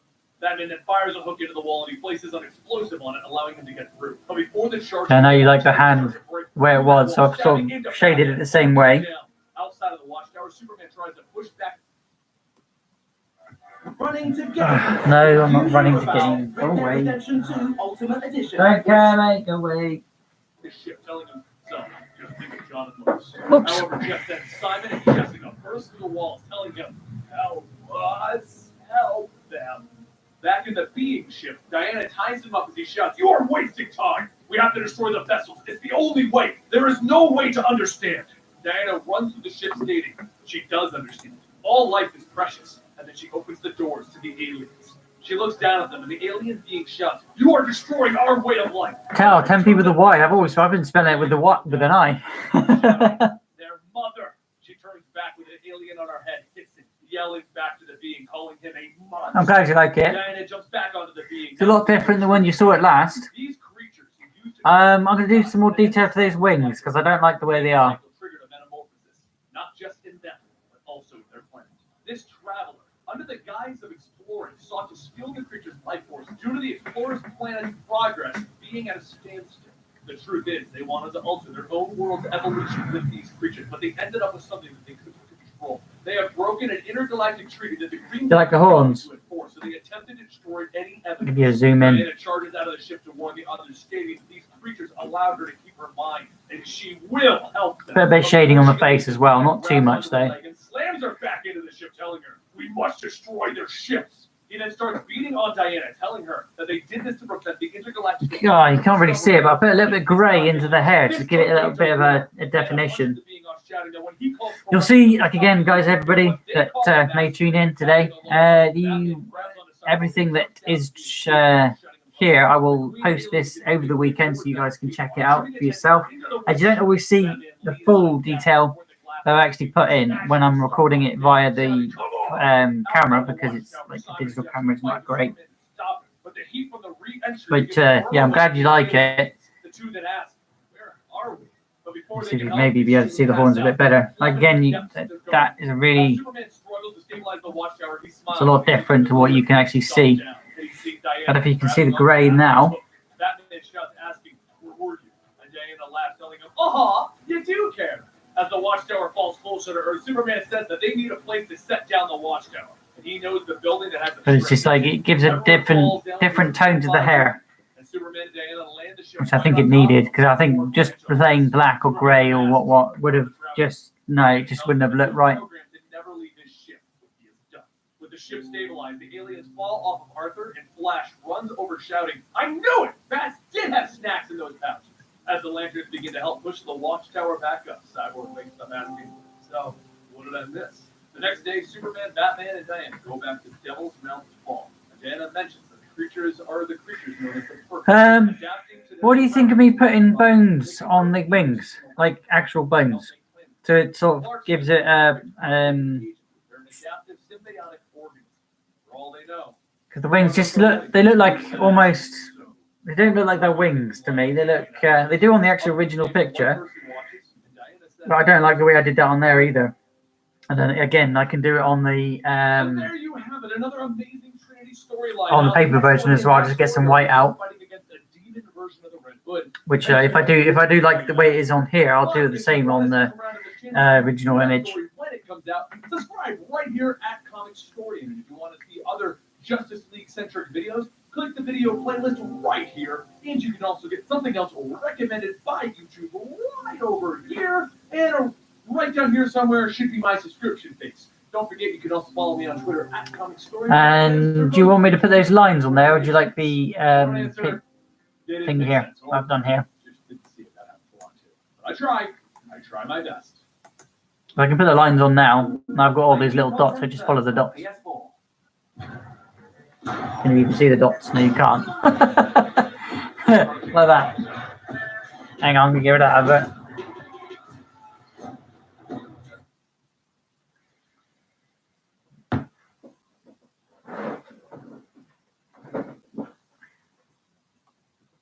The Trinity is Batman, Superman, and Wonder Woman. The Dark Trinity is Red Hood, Bizarro, and Artemis.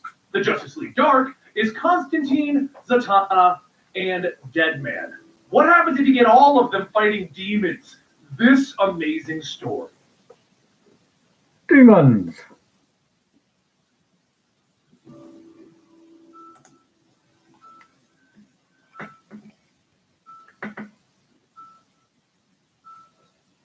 As John Constantine smokes his cigarette in the dark, foggy night of Gotham, he sighs, saying, "Come to Gotham," he says. "Now, it's urgent," he says. As Zatanna walks up, she says that she thought she smelled tar in the air. John tells her, "Well, well, Stockings, long time, no restraining order?" And then a football player shuffles out, stating, "Oh, me." So Zatanna says, "Okay." Suddenly, Deadman jumps out of the back of the football player, asking, "How do you like my new ride? Traded in for the old one." A leg had gone green and moldy. Zatanna then asks, "Why are the three of them here? Why are the Justice League Dark here?" And then a door opens. Batman tells the group, "I'm glad you came. You should know that I wouldn't have called you together unless I absolutely had to. Unless they absolutely had to." Behind him, Diana struggles with her lasso, telling him, "Not a moment too soon." And John You like that? Okay. Cool. Shall I leave it like that then? Then shouting fills the room, and Deadman asks, Or do you want the crisscross? Let's get the original image again. "Kill you all! The bats will pay!" Batman tells them, "His name is Red Hood, and once long ago, he was Robin." Superman then says this power that has Red Hood has something to do with a magical pool You get another compare. called the Pandora Pit. Jason Blood couldn't control it and almost died trying. Deadman floats close by, asking, Because that's the "What about original. us to possess him? Kick out whatever's in there and we can find it." Red Hood yells, "You will fail!" And that's where you get in. "Saber, be careful." Deadman starts to enter into Red Hood's head, and he says, "I'm already dead. What's the worst that could happen, Batman?" Because I could shade out the white, the hands again, so you don't, so you can still get that white shaded. And just as he says, that energy shoots out of Red Hood's eyes and mouth. Deadman tries to escape, shouting, "I can't control this!" I mean, if you don't want the polka And dots, as everyone tries to that's help basically Deadman what that out, is. the demons inside of Red Hood pull back, and they take I can Zatanna change it with so them. it's Red Hood leans up, stating, "Magic shall rule. The Trinity shall die, and the new age of darkness will come. Yeah, This you can have cannot be crisscross. stopped." John gets up, stating, "Sorry, Bats. Shame it didn't work, huh? Guess it's time to be off." And Superman stops him, telling him, "No, you won't. You're going to save them because it's the right thing to do." Okay. Team. John tells him, "Look, this is kind of outside scope, all right? Whatever's in there is some serious crap." Diana tightens her lasso, stating that he would do best to end this charade. She can see it in his eyes, the lives that he's lived. Beneath the sarcasm, there is some good. The room falls silent, and John says, "Really hate action figures." As he starts to draw a circle on the ground, Red Hood shouts, "You will never find the Pandora Pits! There is a map and only she has it." Once John is gone, he tells Superman that he's going to need some of that brute strength to hold the demon's mouth open. And once John starts to get in, he says, "There is an ancient god-stuff map to these pits. She has it. So I'm going to guess that at least one of you know who she is, and it's probably the only Amazon delivery that I'd like to get." Diana grips the Any last change you one want to and put says, to the top? "Cersei is behind this." Suddenly, the roof begins to crumble, and the demonically possessed Bizarro and Artemis crash through. And Diana shouts, "They found us!" Superman tells John that he has to hurry, and as John ducks in, Red Hood chomps down, telling him, "You have no idea the power that you're messing with." Are you sure? Dots. "Demon Bizarro, I'm not Give me a second. As What I can do is lunges give for you an Diana, actual Batman picture. jumps back in to block the attack, and Artemis Over on tells him, Instagram. "He is Artemis." As Superman Again, fights guys, back, same name, Bizarro different hits place him for one more Instagram. time, knocking him into You will get a Diana, picture ultimately update loosening her of grip this, on because Red what you Hood. can She see tries to isn't the grab actual lasso, but image Red Hood gets up from through the table, camera. stating, "There must be a sacrifice to In a release the second. army that is waiting. 3 sacrifices, a I trinity will that kills show me." you what the And actual then dots also look distant like. past at the Pandora Pits, Cersei, along with Ra's al Ghul, tells Red Hood and the Outlaws that they are friends here. They have great plans together. Red Hood tells her that she better start explaining, or he's going to start shooting. And Cersei goes on telling him, "You have no say in this matter. Everything that has come is fate. We've invited you here as a trinity, just as you are." Ra's then says, "I tire of this. An immortal life can only sustain so much annoyance. First Luther walks away from this plan, and now this. Make good on your promise, woman." See what you think of Suddenly, that. Candyman and League Assassin jump out of the shadows, and Cersei tells Ra's now. He throws 3 knives, each hitting Red Hood, Artemis, and Bizarro, and their blood spills into the Pandora Pits when a massive energy force reaches up, grabbing them. All 3 are pulled down into the Pandora Pits, and Cersei tells them, "You should all be thanking us. After all, we're giving you your heart's desire." Back in the current times, Red Hood grabs Batman by the throat, telling him he came into this position willingly. Now he will do what he's always wanted to do. He will Do you need to get your coffee? Can Can you get your coffee and get yourself woke up a little bit while I sort myself out? I'm going to get myself a drink. I've been sitting here for like an hour or so now. An hour and 23 minutes. 23! You wanted him dead all because he wasn't like Dick Grayson. Picking him up was a rebound. Yeah, no, I've been here a while, hour and a half, near enough. I'm going to get myself a drink. Get yourself a drink, and we'll sit down together. Down onto Batman. Red Hood pulls Batman's face close and he tells him, So I got to play this in the background. I'm not keen on the it. true demon here, always have been. Just before Red Hood could twist Andy, Batman's that neck thing and is arm shoots through the ceiling, and Superman pulls Red Hood out by his leg, throwing him into the second floor. As Superman helps Batman up, Batman asks, "Where are Bizarro and Argus?" And Diana tells him, "They are going, along with the tiny demons." And Superman adds that he can hear their screams. While the three of them run towards the city, Batman says that this isn't Roz's game. Why would Cersei be doing this? And Diana tells him that Cersei is trying to sacrifice them to gain whatever's inside those Pandora pits. But there is more than that. With Cersei, there is always more. Meanwhile, in another part of the world, John falls from the sky into a snowy mountainside, stating that this is what he gets for jumping through magical portals into demonic superheroes' big mouth. He tries to light his cigarette in the wind. Just as he finally gets it to light up, he shouts it's magic. A giant demon face that appears roaring at him. He asks, "Came out for a smoke too, huh?" And the demon swings an axe that phases through John. The giant demon falls over the ledge, and John tells him, "Magic's all about misdirection, you know." Now, where were we? Mountains, big snowy mountains, trans-Antarctic range, if I have to guess. North Victoria land near Cape Roberts. He begins walking into a cave, and he looks around in the corner when he sees three pits. He says that he's going to guess that those are the Pandora pits. He's nothing but not observant. Down below, Cersei laughs, stating, "This is unexpected. It seems the Pandora pits offer us unexpected gifts." From the pit, both Zatanna and Deadman rise, and Roz grabs his knife, shouting, "This will not help us. Their sacrifice will not usher in the power of these pits." He swings his knife, and John runs down, shouting, "Whoa, whoa, whoa, whoa, hang on! I really didn't think things through, huh?" Cersei says that he's a magician and powerful, and has gained access here. And John tells her, "Who must be Cersei? Looking good for a mortal." Roz takes out his knife and he presses it to John's throat, asking, "Why shouldn't I remove your hand right this instant?" John tells him, "Look, you sent demons to get the Trinity here right. One for Zeus, one for Batman, and one for the Hotness. All for some prophecy or something, right? Well, their prophecy is of threes, and there's only two of them. So I would take a guess and assume that Cersei here is spinning you like a yarn, mate." Cersei says that he is interesting. Stab him in the heart. Roz thrusts his knife into John's chest, and as John kneels down, Cersei tells him, Hey guys, there, just still live here on YouTube, guys. If you want to come and join me, click that link. Cersei pauses over on the throw the body outside so the enemy can on my wall there, guys.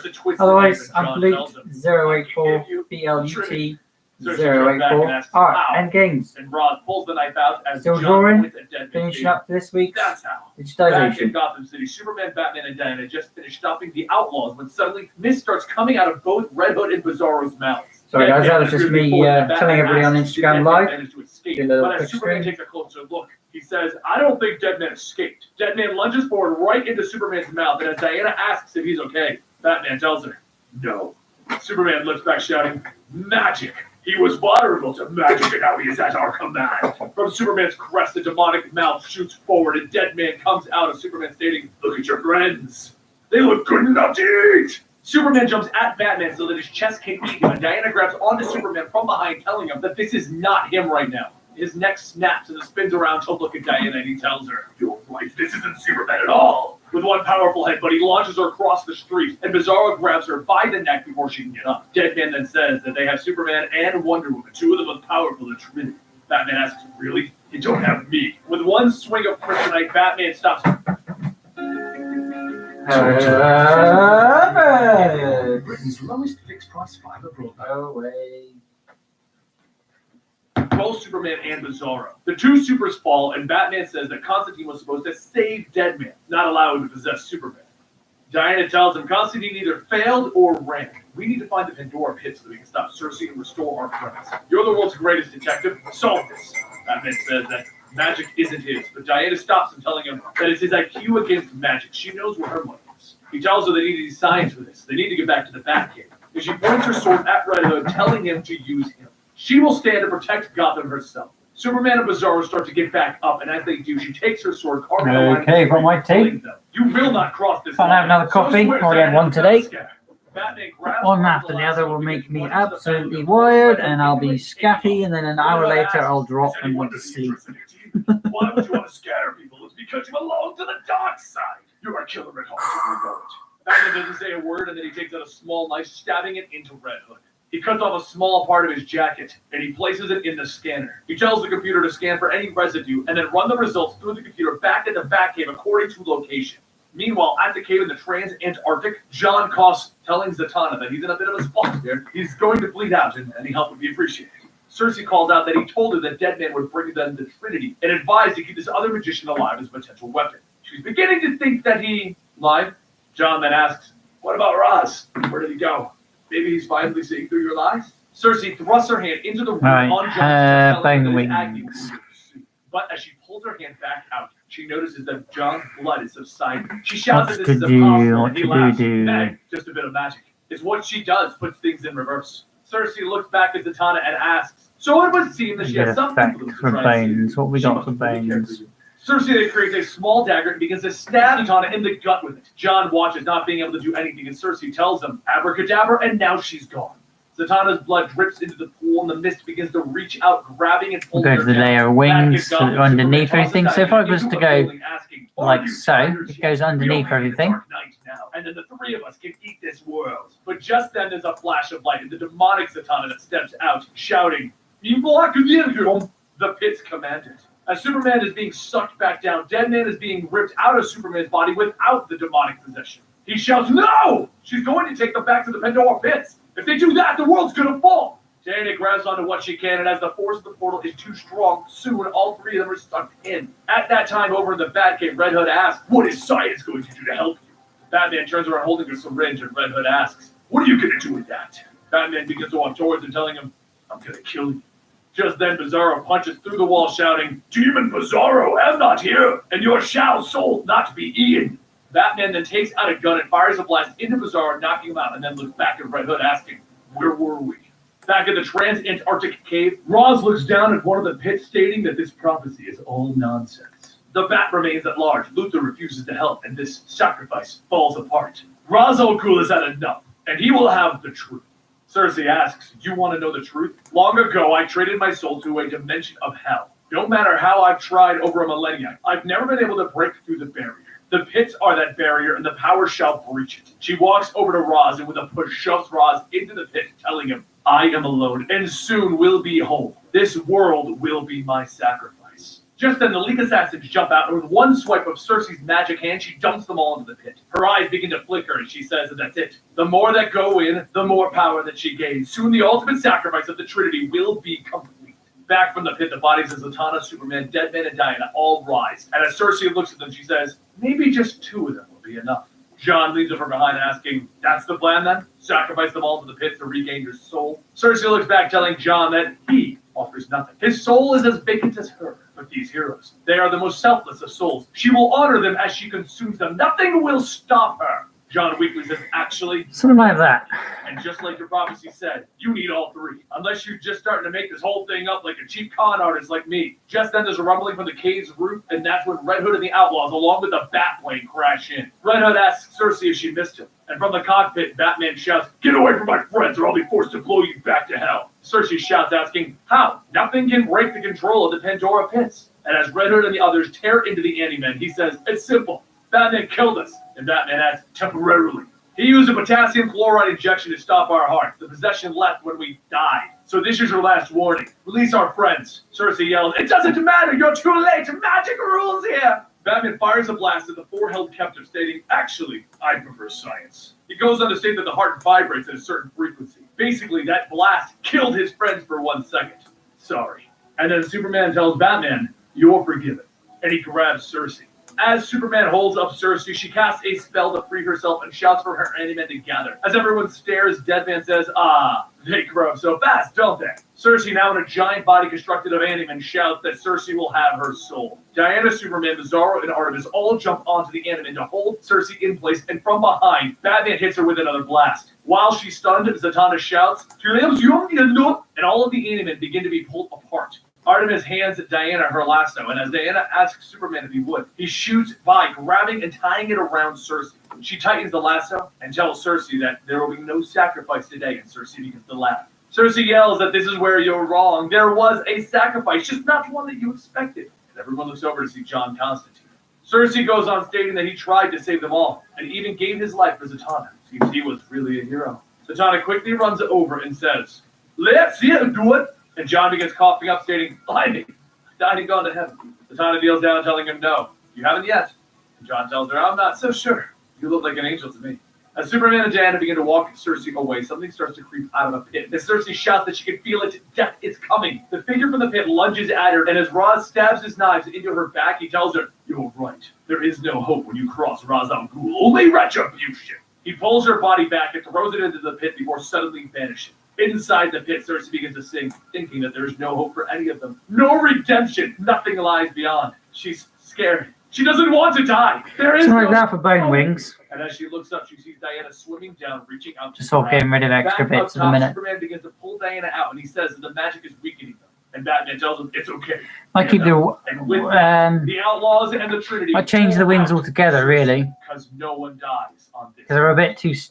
When I did them originally, they were like fairy wings, so they were very, very thin. So the rip looked alright, but this just doesn't seem to give the same effect. I don't care. I've always called him Constantine, and that's what I'll forever call him. You can say you're from here, and it's that pronunciation. You can say you're from there, and it's that pronunciation. And there's even a panel in which he says how it's properly pronounced. But whatever, I've always called him Constantine, and that's what I'm going to call him. I don't care, Constantine. It's like Ra's al Ghul and Rachel. Constantine. I'm going to say it how I want to say it. So check out more stuff over here. Something about YouTube over here, and I'm going to go insane. As a creator, you know that creating great video is really hard. You built Frame.io to have all the video you're working on and the people you're working with in one space. Get started with Frame.io today. Or you can just ignore that advert because I couldn't be asked to get up.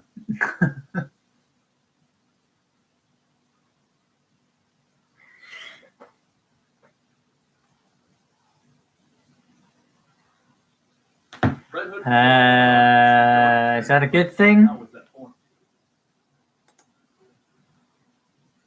Is that a good thing? They're looking like angel wings?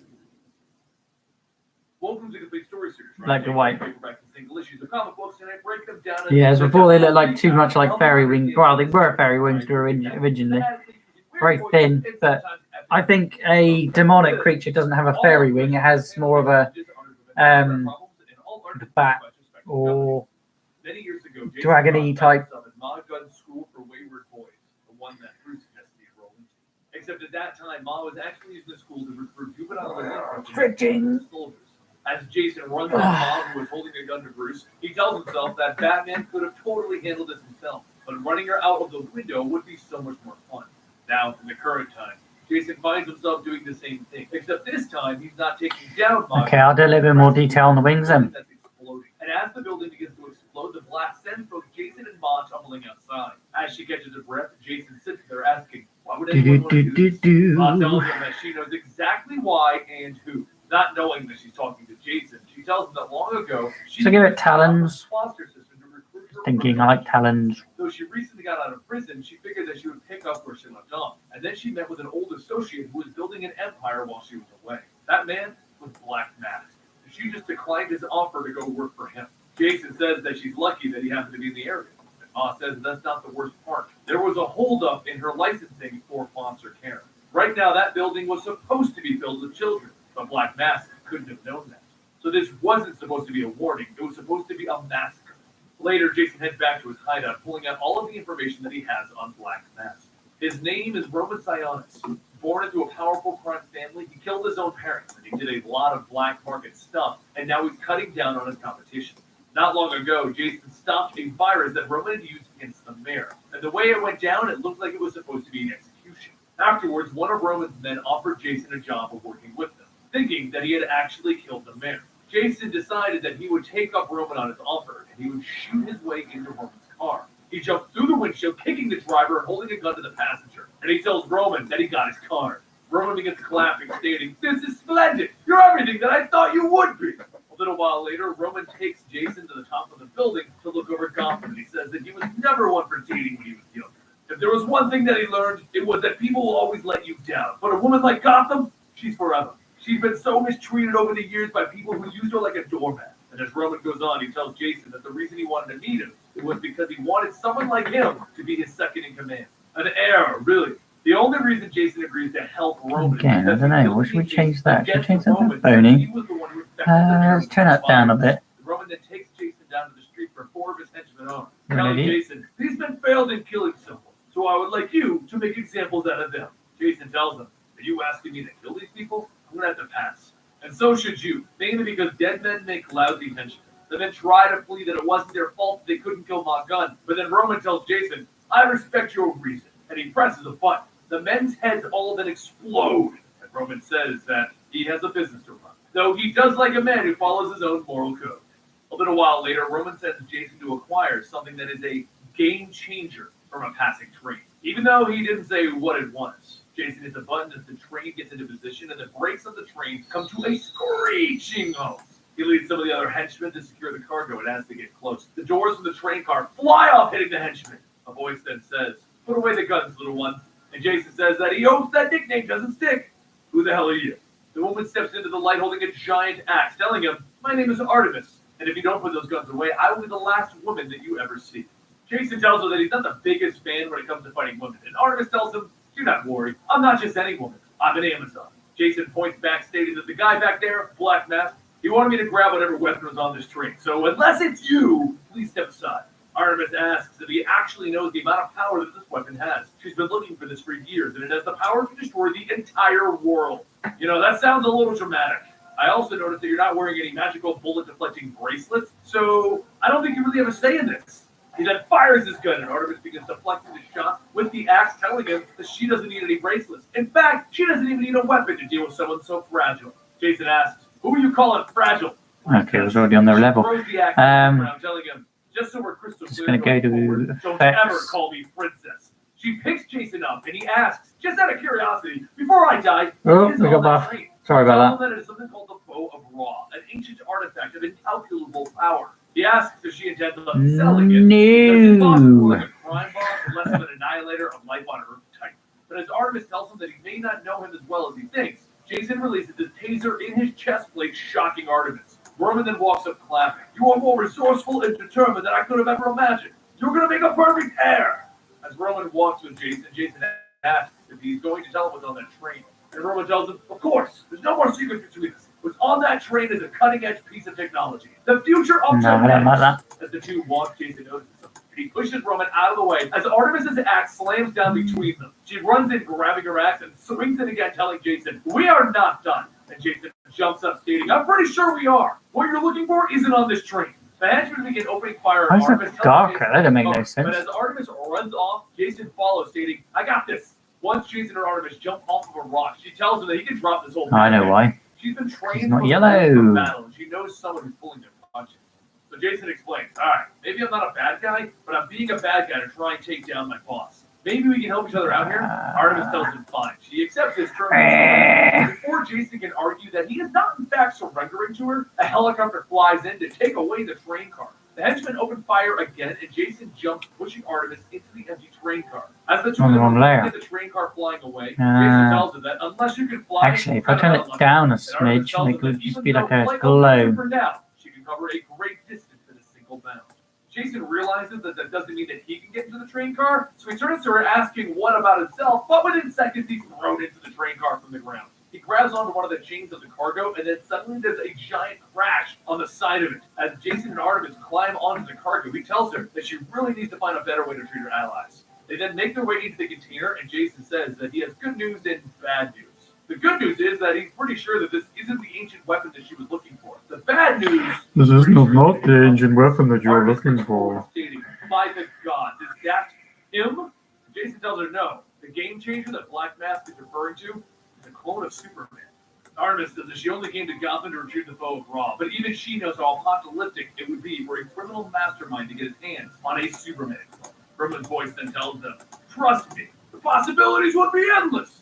But we can all talk about it once you wake up from the gas that you've been inhaling. The next morning, Jason wakes up and to his surprise, he's in a bed, meaning he's still on Roman's good side for now. As Jason gets dressed and heads out, Roman says that he's had a long night. Taking down an Amazon warrior, luring her into a trap, that's no easy task. Even though he's sorry that both of them had to be put to sleep. Jason tells him it's all water under the bridge. And Roman walks him out stating, I was waiting until you woke up before I showed you what was going to happen next. They both take the elevator down. Roman says that he learned that Lex was planning on destroying his clone. So he figured, why let it be destroyed when he can have it? Roman then tells the scientist to release the clone. And as the water... Do you see that glow effect? Jason can't help but feel like what the clone is going through is similar to what happened to him when he woke up in the Lazarus pit. Roman shouts to them to stop. I'm gonna give the eyes like they're glowing from the darkness sort of thing. The clone then breaks out Faffing. I'm faffing with everything. I'm sort of tidying everything up now, guys. He begins to grow. Jason runs over asking him all of this effort was All these little things I wanted to get done. says that it would seem so. Maybe this is Could really look on those wings. Jason picks up the clone, telling them Oh, that's way close. trust him. Afterwards, the clone is forced to sit and watch videos of Superman. Roman says that he needs to learn what he's capable of before he can start telling him what to do. But while Jason and Roman watch, Jason says that he would like to try something if he wouldn't mind. Roman tells him not at all, but he'll be too. As Roman walks off, Jason walks into the cell when he sees Artemis in the next cell over. He asks what she's doing here, and she says that she was observing the creature over there, and there is nothing there. Jason tells her that he can't break her out. Because you're kind of seeing it fresh. She laughs. Because I've been sitting here for ages. There's not a single earth that can hold her. What? But as the two of them talk, they begin to... Is there anything else that you can see that might need changing doing to? Excuse me, need doing too. I've seen all of it. I don't know what else may need doing. Maybe put the hands, give him a glow as well. Though he managed to find a ton of things on Red Hood, he would like to find out Hang on, go to the hand level. Jason tells him that he's a pretty shy guy, but if he has any questions, Go to the hands. Roman tells him that he couldn't help but notice the emblem on his chest, and he asks if he had a previous relationship with the Batman. Jason tells him it's nothing, just yanking his chain is all. And after their dinner, Jason decides to try something, and he brings Bizarro a Superman doll. Bizarro looks at the doll and says, "Not Superman?" Jason tells him that that's right, you're not Superman. And then Bizarro asks, "Who am I?" Artemis says, "Whatever he is, he's a monster." And Bizarro stands up stating, "No, me am not monster! Me am not Superman! Me am Bizarro!" Bizarro slams Jason against the glass, and as Artemis just stands there, he tells her, "It's cool, don't help me or anything." Nah, that doesn't look good. He's doing better talking to him than she expected. Bizarro begins blasting away at the cell, shouting, "Too many words! Bizarro confused!" And then he slams Jason into the ground, calling him rude. Artemis calls her axe just as Bizarro gets ready to smash down on Jason, but he tells her to wait. Jason holds up the Superman doll, stating, "If you don't want to talk to me, that's fine. But you can talk to my friend here." And as Bizarro looks at it, he says, "Wop, wop." And Jason says, "That's right. Tell me why you're so mad." Bizarro looks at the doll, and he tells it, "Me not mad. Me just sad.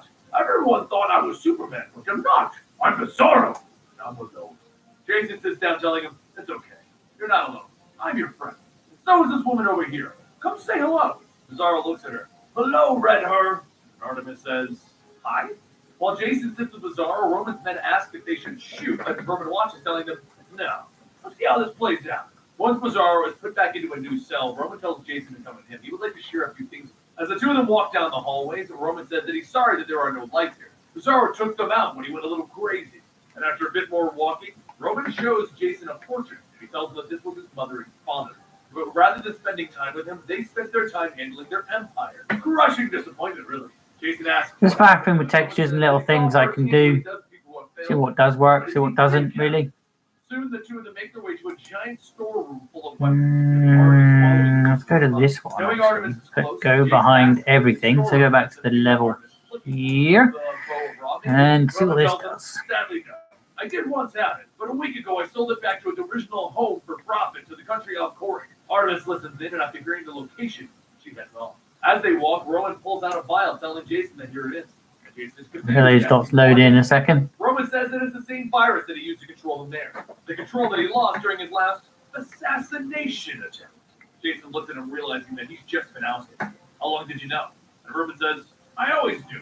Oh, you freaking idiot. Why did you do that? But together, we can recreate the city in our image." Jason tells him that even though he may agree with him on wanting to get rid of the city of I need to take those stars off of there. Put them onto another layer. I did like that. Actually, I think I'll put that back. Goes off behind Roman, and Roman says, Make another layer for that on top, just in case. Cesaro begins charging towards Jason and through the wall and begins to fall outside. As Jason is holding on to Cesaro's cape, he tells him he's trying to fly. He's kind of heading in the wrong direction if he is. The two crash into the fountain below, and with Cesaro knocked down, you probably can't see the little speck or spackle. It's like a shiny. Hang on, you might be able to see if I. Ooh, there's a hand. See in that corner there? Little dots. Roman is a bad guy, and then he remembers back when Bruce told him that he can only do this his way if he doesn't kill him. I like the wings. Yeah, I'm going to keep the wings as is. Did you actually see the stars I just put in? I put little stars. And his hands here. Oh, they're underneath. I didn't want to do this, bud. And the tree shatters. Put another layer up here, so you pop like that. Cesaro begins struggling, trying to pull the axe out. And Aramis tells him that he's wasting his time. There's no way that he is strong enough to wield an ancient axe of the gods. But as he continues to struggle, Cesaro manages to pull the axe out, breaking all the like a star above her head like that. A scream in pain, and as Jason asks what's wrong, she tells him that she was bound to that mystical axe. She too feels its pain. She runs up, calling her axe, punching Cesaro in the head, and launching him across the yard. What do you think of the stars in the hand? It sure did.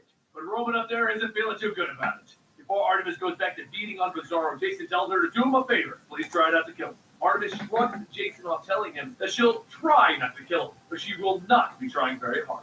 While Artemis runs back towards Cesaro, Jason heads off in the opposite direction. He remembers back when he had the antidote for the mayor, and he figures that maybe he has enough left to try and snap Cesaro out of this. He opens up the container with the gun and the antidote, and that's when Roman's voice tells him that following him is easier than he thought. Jason opens fire, but while Roman hides around the corner, Jason begins running, and as Roman pokes his head back out, Jason kicks him in the head. Topside, Cesaro asks, "What am Red Her doing?" As Artemis tries pushing Cesaro back as he walks, she tells him, "Me am stopping you, or trying to anyway." Back down below, Roman tells I could use those stars around in December, November, whatever time. Next month is going to be something to do with like fireworks and things, but I don't really know how to do that. But I've got things planned for next month and the month after. Roman pulls out his own gun, pointing it at Jason, and that's when Artemis and Cesaro come crashing down into the hideout. With Roman distracted, Jason. The little spickle spackles there, all around the back of it. Actually, do you know what? The best way to do that would be to remove everything. She's only joking. Artemis then kicks Cesaro, telling him, "I'm sorry for this." Yeah, we'll go back there. Sorry. Jason jumps on top of Roman, punching him down to the ground, and as Roman tries Oh to shit! him, No, I he want to keep that there. screams out in pain. We'll go back up. This is just the background. There we go. Roman leads up, speaking It's like in a- language. He begins to crawl towards Jason, telling him to give him the cure. And that's when Artemis sees Cesaro in pain and tries to subdue him. Gives it like a little speckle spackle. Maybe it mostly just hurts. Kind of like dotted thing. I know you were saying something about a dark forest, and this is my interpretation of a dark forest standing in behind her. Jason hits Roman on the head with his gun, telling him, "Who would have thought hijacking an alien clone was a bad idea?" Roman falls over. There's the wings. We need to do a little bit more detail to the wings. Jason walks off stating, The hands, all different layers, guys. So definitely don't forget you can.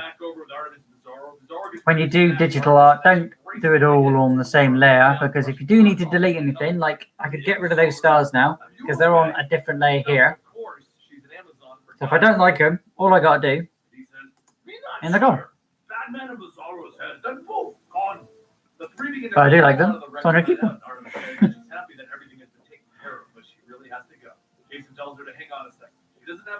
And then there's obviously different layers for the clothing. Explain all the different layers, and I showed you how to do all the other layers in the other two previous videos. On digitization. As when you digitize, it's a lot easier to change things, make things different, do other things, because when you do it in paper, once it's done, it's finished. You can't do anything else to it. The person cuts out one more article and he pins Dark Trinity to the boards of pictures. He says, "I love it." Over on the city limits, Bruce pulls up. But do you like those stars? Jason tells them to not get his bat panties in a bunch. He kept his word, he didn't kill him. Or should we have like a more of a darker star? I wonder if I can get. I wonder what black would do actually. The last time I played by your rules, though. I tried it your way and it totally sucks. Bruce pulls down his hood. Jason asks if he's going to be okay with this. I'm gonna do a little test a second. Bruce says, there's already a Batman. I'm on the wrong layer anyway. And then we could have, we could have black stars in there with it, Bruce tells him the last person who owned Zorro was an evil megaloman. and then The two did sort save of. the world. And Jason tells him, fine. The last question. He did underneath. What layer am I on? Sit and eat their burgers. Bruce says the I'm on the wrong layer. That's what layer I'm on. Maybe they can have a few outlaws. Seriously, where's Roman? So like black stars in there too. It'll work. They don't really show up as well. Mom begins feeding Roman, telling him to come and eat his num-nums. No, they don't work. They don't really show up. It'd show up if I was doing. I would just put black few stars down here a second. If you can see them. And then go to light here. Get like a blue, a very light blue. I was like, okay, he's finally jumping the That shark. still I don't doesn't care work. anymore. But this turned out amazing. There's a way of doing it, but I'm not quite sure. Let me know down below what you think about the Dark Trinity. Also, don't forget to subscribe to the channel to keep up. But yeah, I need to know if you like those stars because I'll leave them there. They're on a different layer, so I can just get rid of them at any time. I don't know if it takes too much away from the actual image itself. Because all I can see now is glowing eyes and those stars, and the body underneath is just, it's almost hidden away. Adverts.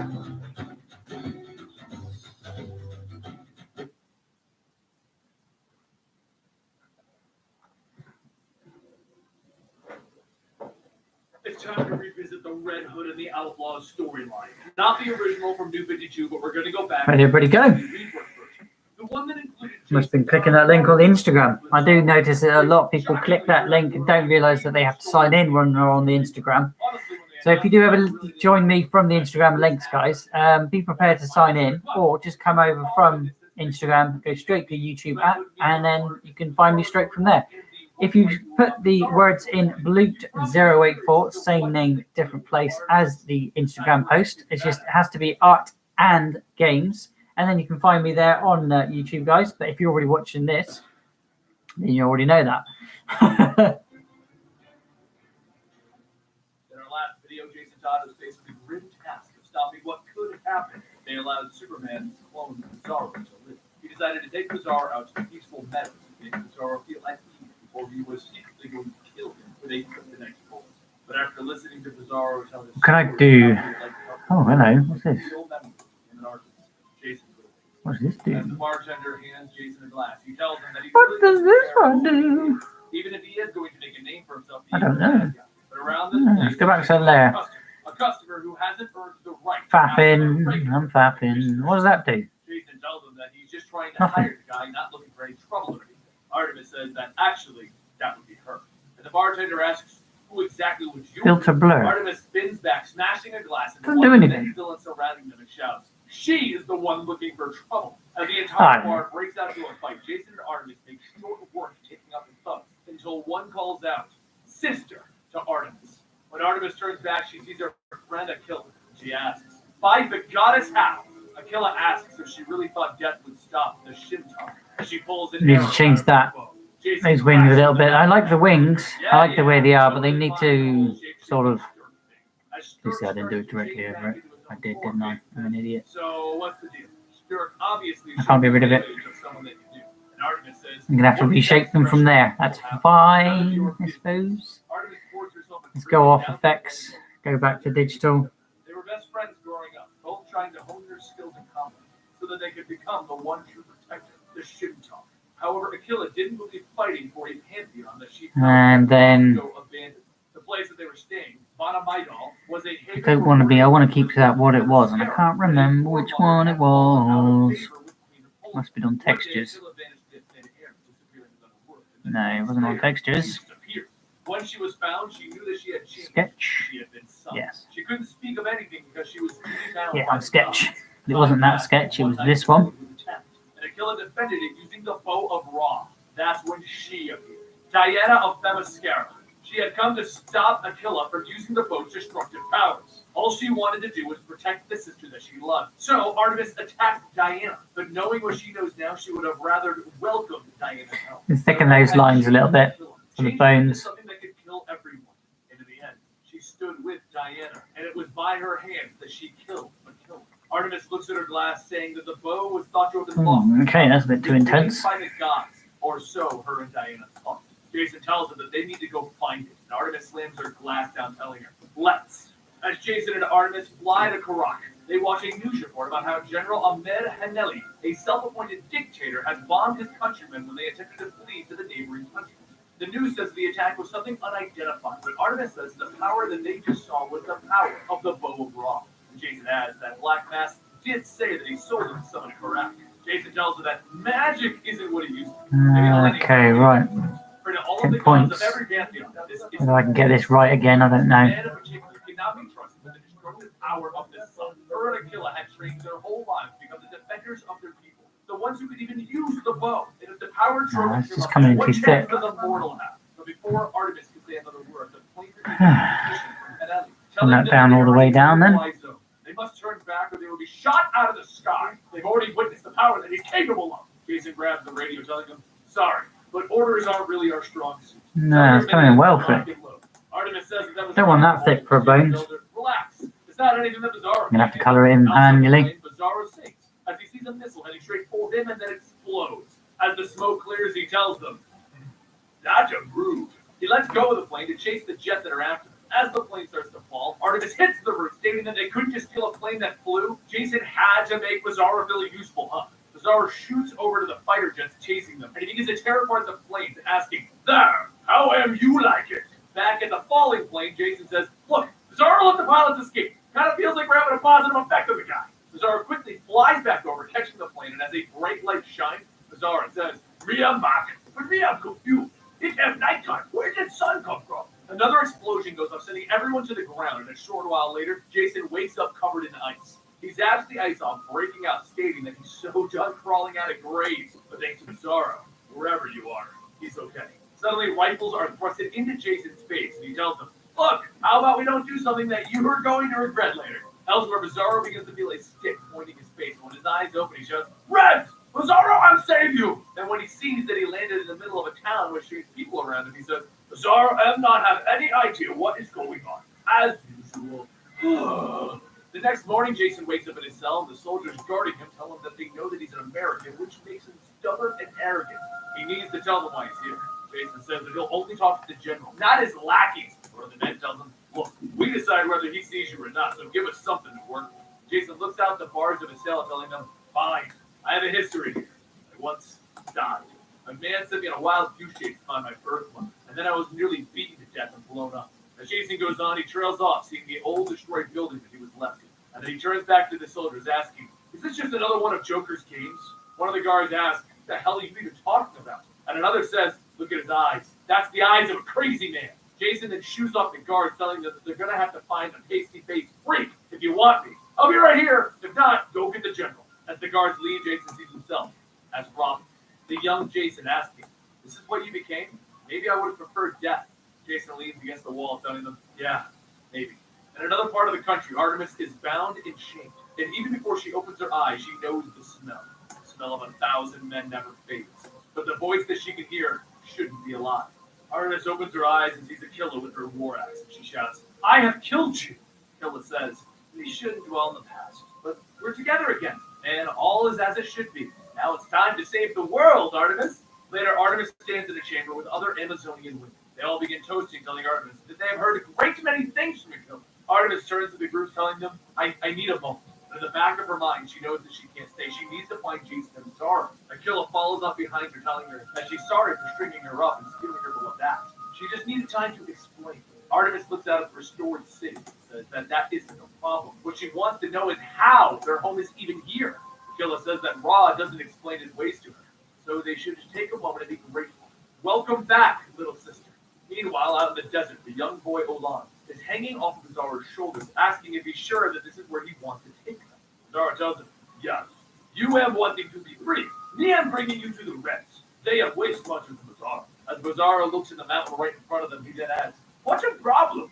One of the men in the group shouts, what is he, stupid? There's a mountain in our way. But before he could go on, a voice calls out to the refugees, telling everyone to stop. They are in violation of the general's orders.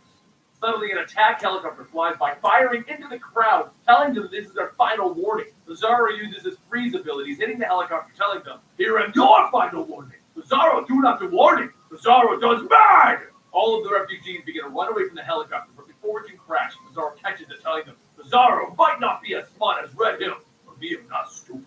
After throwing the helicopter out of the way, Lazaro turns back to the mountain, telling everyone, if mountain have problem, Lazaro will move it. Duh. And then he punches it. Back with Artemis, the two continue to look over Bottom Adal, and Artemis asks if she still wants to believe that this is all possible. What is the meaning of gathering these warriors? Aquila holds her glass to the women, telling them that they will reclaim the bow of Ra. The bow was her responsibility. Artemis grabs Aquila's hand, asking, what happened? How are you even alive? And Aquila tells her that, what's that man? General Helene. After recovering the bow, he attempted to use it to no avail. Helene then researched and looked for someone who could use the bow, and that's when he heard of me. After finding my tomb, he used his technology to bring me back. But I escaped shortly after waking. Artemis turns her head crying, saying that it just tears her up to hear this. And Aquila wipes her tears, telling her, I forgive you no matter what you had to do.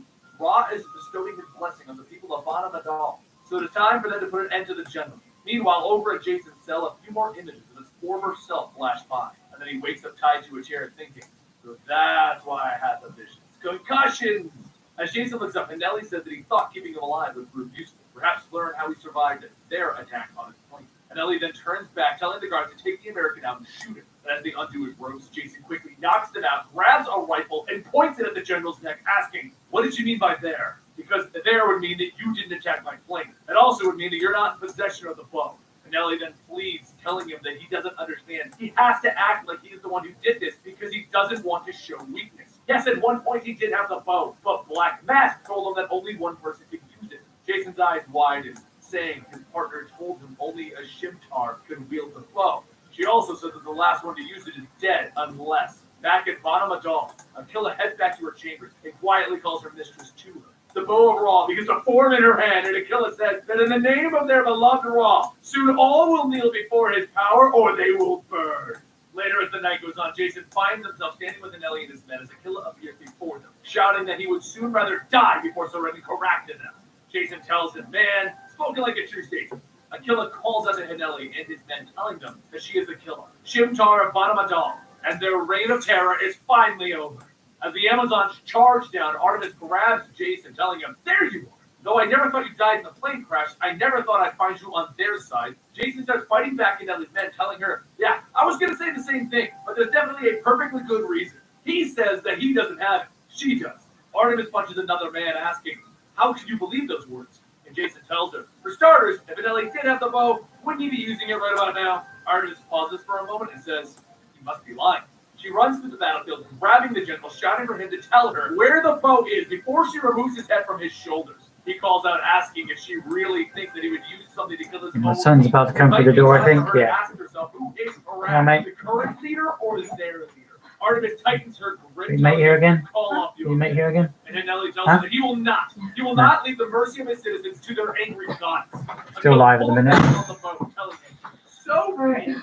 And Haneli bursts into flames. Aquila then shouts for everyone that in the name of Ra, she commands them all to surrender. Artemis holds out her sword, calling back to Aquila, telling her, you were lying to me. Yeah. You're the one from the news who killed all of those people. That's It was because you of brand who name, brought so. down our plane. As Aquila looks back down, she tells Artemis, I knew I could only see you for so long. So once the enemy is destroyed, we will see. Jason says that he's sorry, but they have to do this. People change when they come back from the dead. Trust him. Artemis calls out to her mistress and her battle. Nicole says hello to you. For anyone who continues fighting, Nicole says hello to you. and then an explosion goes off, causing part of Yeah, the lady all I to work go. in with in a minute. Czar walks out of the hall scratching his head. Reds, me brought new friends to you. Can we go? Oh no. The killer bursts to the ground, punching into the Czar, shouting, you can go straight to hell. The Czar is launched across the battlefield, and Artemis tells the Amazons to take the people to safety. She will handle it. The killer then releases an arrow towards Artemis and the refugees, stating that No, Friday now, no more school. Artemis asks her, Friday now, no more school.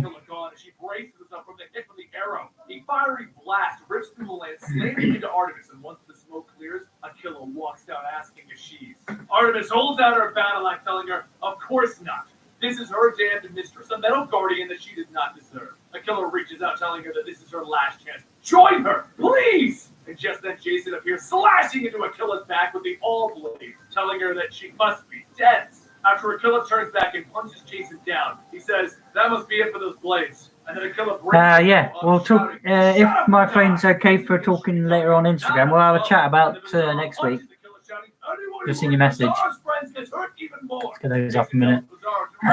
He said about not hurting people so hard. This is the one time to forget it, man. Aquila starts fighting back, shouting, "No science is stronger than the will of Ra." But then Artemis picks up the bow, pulling back 3 arrows, telling Aquila that it wasn't the axe who saved her. She was once told that the warrior doesn't choose her weapon, it chooses her.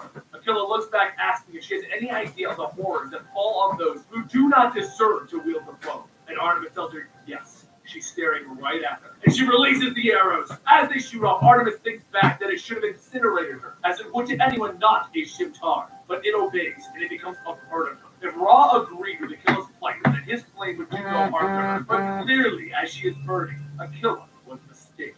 Aquila's beginning to burn, and Bizarro says, "Fire lady getting hotter?" Aquila struggles to talk, stating that she can no longer control it. "Please, do whatever is right." Artemis says that she won't fail her like she once did. Bizarro grabs her body, and as Artemis says her final... Sorry, I'm just going to plug the phone in. ...into the sky, holding Aquila, allowing Aquila to explode and harm no one. A short while later, Jason asks Artemis if she's okay. Yeah, sure. We'll do something else next week. I'm not feeling so well. Jason then asks, now that she has the bow and assumed the role of Shimtar, does that mean the outlaw? I'm fully up for that. Artemis tells him not at all. The people can choose their own Shimtar. Got what happened? We got one more week now left of October, haven't we? You're not keeping her. And Artemis says, "Look, the more she is, why wouldn't she?" Jason tells her, no reason. Suddenly, Olan's voice comes through the crowd. And actually, while he's home, let's save that. He's dead. Is Bizarro dead? I don't want to lose anything I've done in the past half hour or so. You need to go read Right, it yourself, what's that? and we'll get to it eventually here at Comic Story, but it's going to take some time as the storyline is happening right You can make yourself a drink. now. If you click right over here, you'll find some more Redwood storyline. And if you click right over here, you'll find something right How can I say anything? And if you look at my wrist right Yeah, you can about make yourself a here, drink, mate. that's a Red Hood tattoo. Just to let you know how much I enjoy the Red Hood. My subscription button is down below. Huh? Don't forget to check that out. Thank And you. I will see you guys next time right here Thank you. at Comic Story. Thank you very much. Thank you for joining us. Now, a moment of silence. I swear it's just like a dark version of it. It is basically dark version of the other fairy one. Stop clicking. We're having a moment of silence.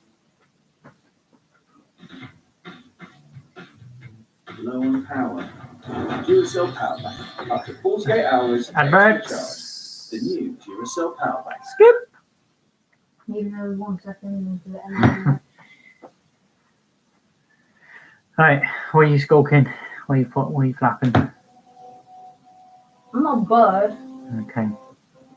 I If you've been following along with the Superman storyline right here at Comic Story, and then you know that they are currently located in Temptation County preparing to move to Metropolis. But there's a little thing going on that Batman has been warning Superman about. Go beautiful, mate. Put it in the wash. To be more powerful than him.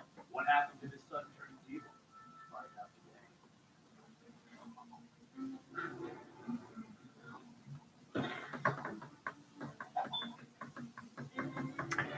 I don't know what else to do to In this. Hamilton County, Superman's son If anything. John is testing out his More powers. shading on the He hand. begins to slowly hover, and then he leaps off of the ground. He can More do it. shading on the He's hands. flying! Yeah. Except he can't. He falls to the ground. Crypto runs over and he looks Okay. someday, right, boy? With that, he runs off to have fun. This is Hamilton County, the town that Clark and Lois chose to make their home. It's very similar to Smallville, as it's a backwoods farm town. Everyone knows everyone, and they're all one big happy family in this town. As the night begins to set, John looks out his window to see a familiar silhouette, one of the mighty Batman. This time, John isn't going to get kicked out as he runs outside in his costume to sneak up behind his father. Superman walks into the barn, all suited up, and he calls out Batman. You two can come out now. And out steps Batman and Robin. Batman explains that he's here to talk about Superboy. John is in awe. What could this be? Except Lois shows up, grabbing him by the ear and shining a flashlight on Batman. It ruins the whole dark night if you got a big light. She looks at him and tells him it's freezing in the strappy barn. You In case you hadn't noticed, this is Hamilton County, not Gotham. We can talk indoors like normal. With that, the whole batch of people go inside and they enjoy some apple pie. Well, everyone except Batman. As he stares at his piece, Robin says, Batman doesn't eat pie. So after a little pie for everybody except Batman, Jamie and John begin to goof off. Batman explains why they have all of them. He wants to know if Superboy's developed any new powers since they ran all of their tests. Superman looks at his son. No, you tell me if you did, right, kiddo? Batman looks at John with a little device that applies x-rays. That's the problem. John is a little too healthy. He should be completing his transition by now, yet there is no change. Basically, his power should be off the charts. Are you saying that there is something holding him back? Yes, and it may be something environmental. Superman gets a little irritated. Are you saying that I haven't looked at every inch of this town? All right, Clark. John is more of a potential threat, especially if these facts have eluded you. We're gonna find out what's going on as a family, Bruce. This could have worldwide ramifications. You always have worst-case scenarios. No matter how you spin it, I won't believe that the world is more black than white. Now, more than ever, and Superman looks at his family. We need to shine brighter than this, Bruce. Batman ignores that. What do you feel? Lois tells him. Mostly organic food, dairy, protein, and produce. We even get the milk from the neighbor's farm from their prize-winning cows. Batman turns his head, seeing the milk in John's hand. Tell me about the dairy farmer. The night didn't prove to be much more eventful. Batman vanished off into it. At least Superman thought he did. He actually went to the dairy farmer's house because he had to look into it. He slips into the barn and he looks at the cow, apologizing because he needs a fresh sample. Then he adds his test to it, and the milk turns green, and then it begins to break out of the bottle, turning into a black goo that is climbing up Batman's arm. It begins to wrap him up completely, covering him, as a voice walks in asking, and they've got another troublemaker. As Batman is rendered unconscious, the last words that he can ask are, who are, and then nothing. The next morning, everyone wakes up and Damian is sleeping on the floor of John's room. They all quickly realize that Batman never came home. Superman tells them all to suit up, they're going to go looking for him. That's when they hear a knock at the door, and they find dairy farmer Brendan with more milk for John. He and Superman exchange a few odd words about John needing some extra help from their family dog, since, you can't always trust Superman to save him. As Brandon leaves the house, he looks at his own dog, stating, good boy, keep an eye on John. The dog's eyes glow. Somewhere, someone is watching everything, smoking a cigarette, and this someone knows everything that's happening. This isn't a bat hunt, Prince John. Can't say I fancy that. I'm going to need a distraction. Over in the town of Hamilton, Superboy and Robin are riding on Superman's back as they look around, and that's when they see a giant squid monster attacking the town. Superman puts the kids down and he flies off, informing them that this is a job for Superman. He rockets into the center of the monster and he grabs it by the eye. Right away he realizes that this is the same monster that messed with the two of them in the Arctic a long time ago, which begs to question, why is it here? Superman begins swinging at it, and then it responds by hitting him with a mound of black goo. He bounces into the ground, and then the puddle in front of him begins to change into a man with a cigarette. That's when Robin and Superboy leap in to save the day. Superman looks at them. I thought I told you to stay back. You told us to stay back from the octopus. We have the Inkman. Superman grabs both of the boys and he lifts off into the sky and he drops them off with the civilians, telling them to get these individuals to safety. He soars off then to the local fair where he grabs a Ferris wheel and tells the monster, this has gone on long enough. He throws it down onto the giant monster, pinning it beneath a giant cage. He lands, assuming it's over, but that's when one of the tentacles flails and hits one of the civilians. John screams, no! And he begins to use his heat vision on every tentacle around him, burning the creature down. Superman calls out for his son to stop, but once it's over, the police officers come over thanking Superboy for doing what Superman should have done. Now civilians are injured because he wouldn't just put down the creature.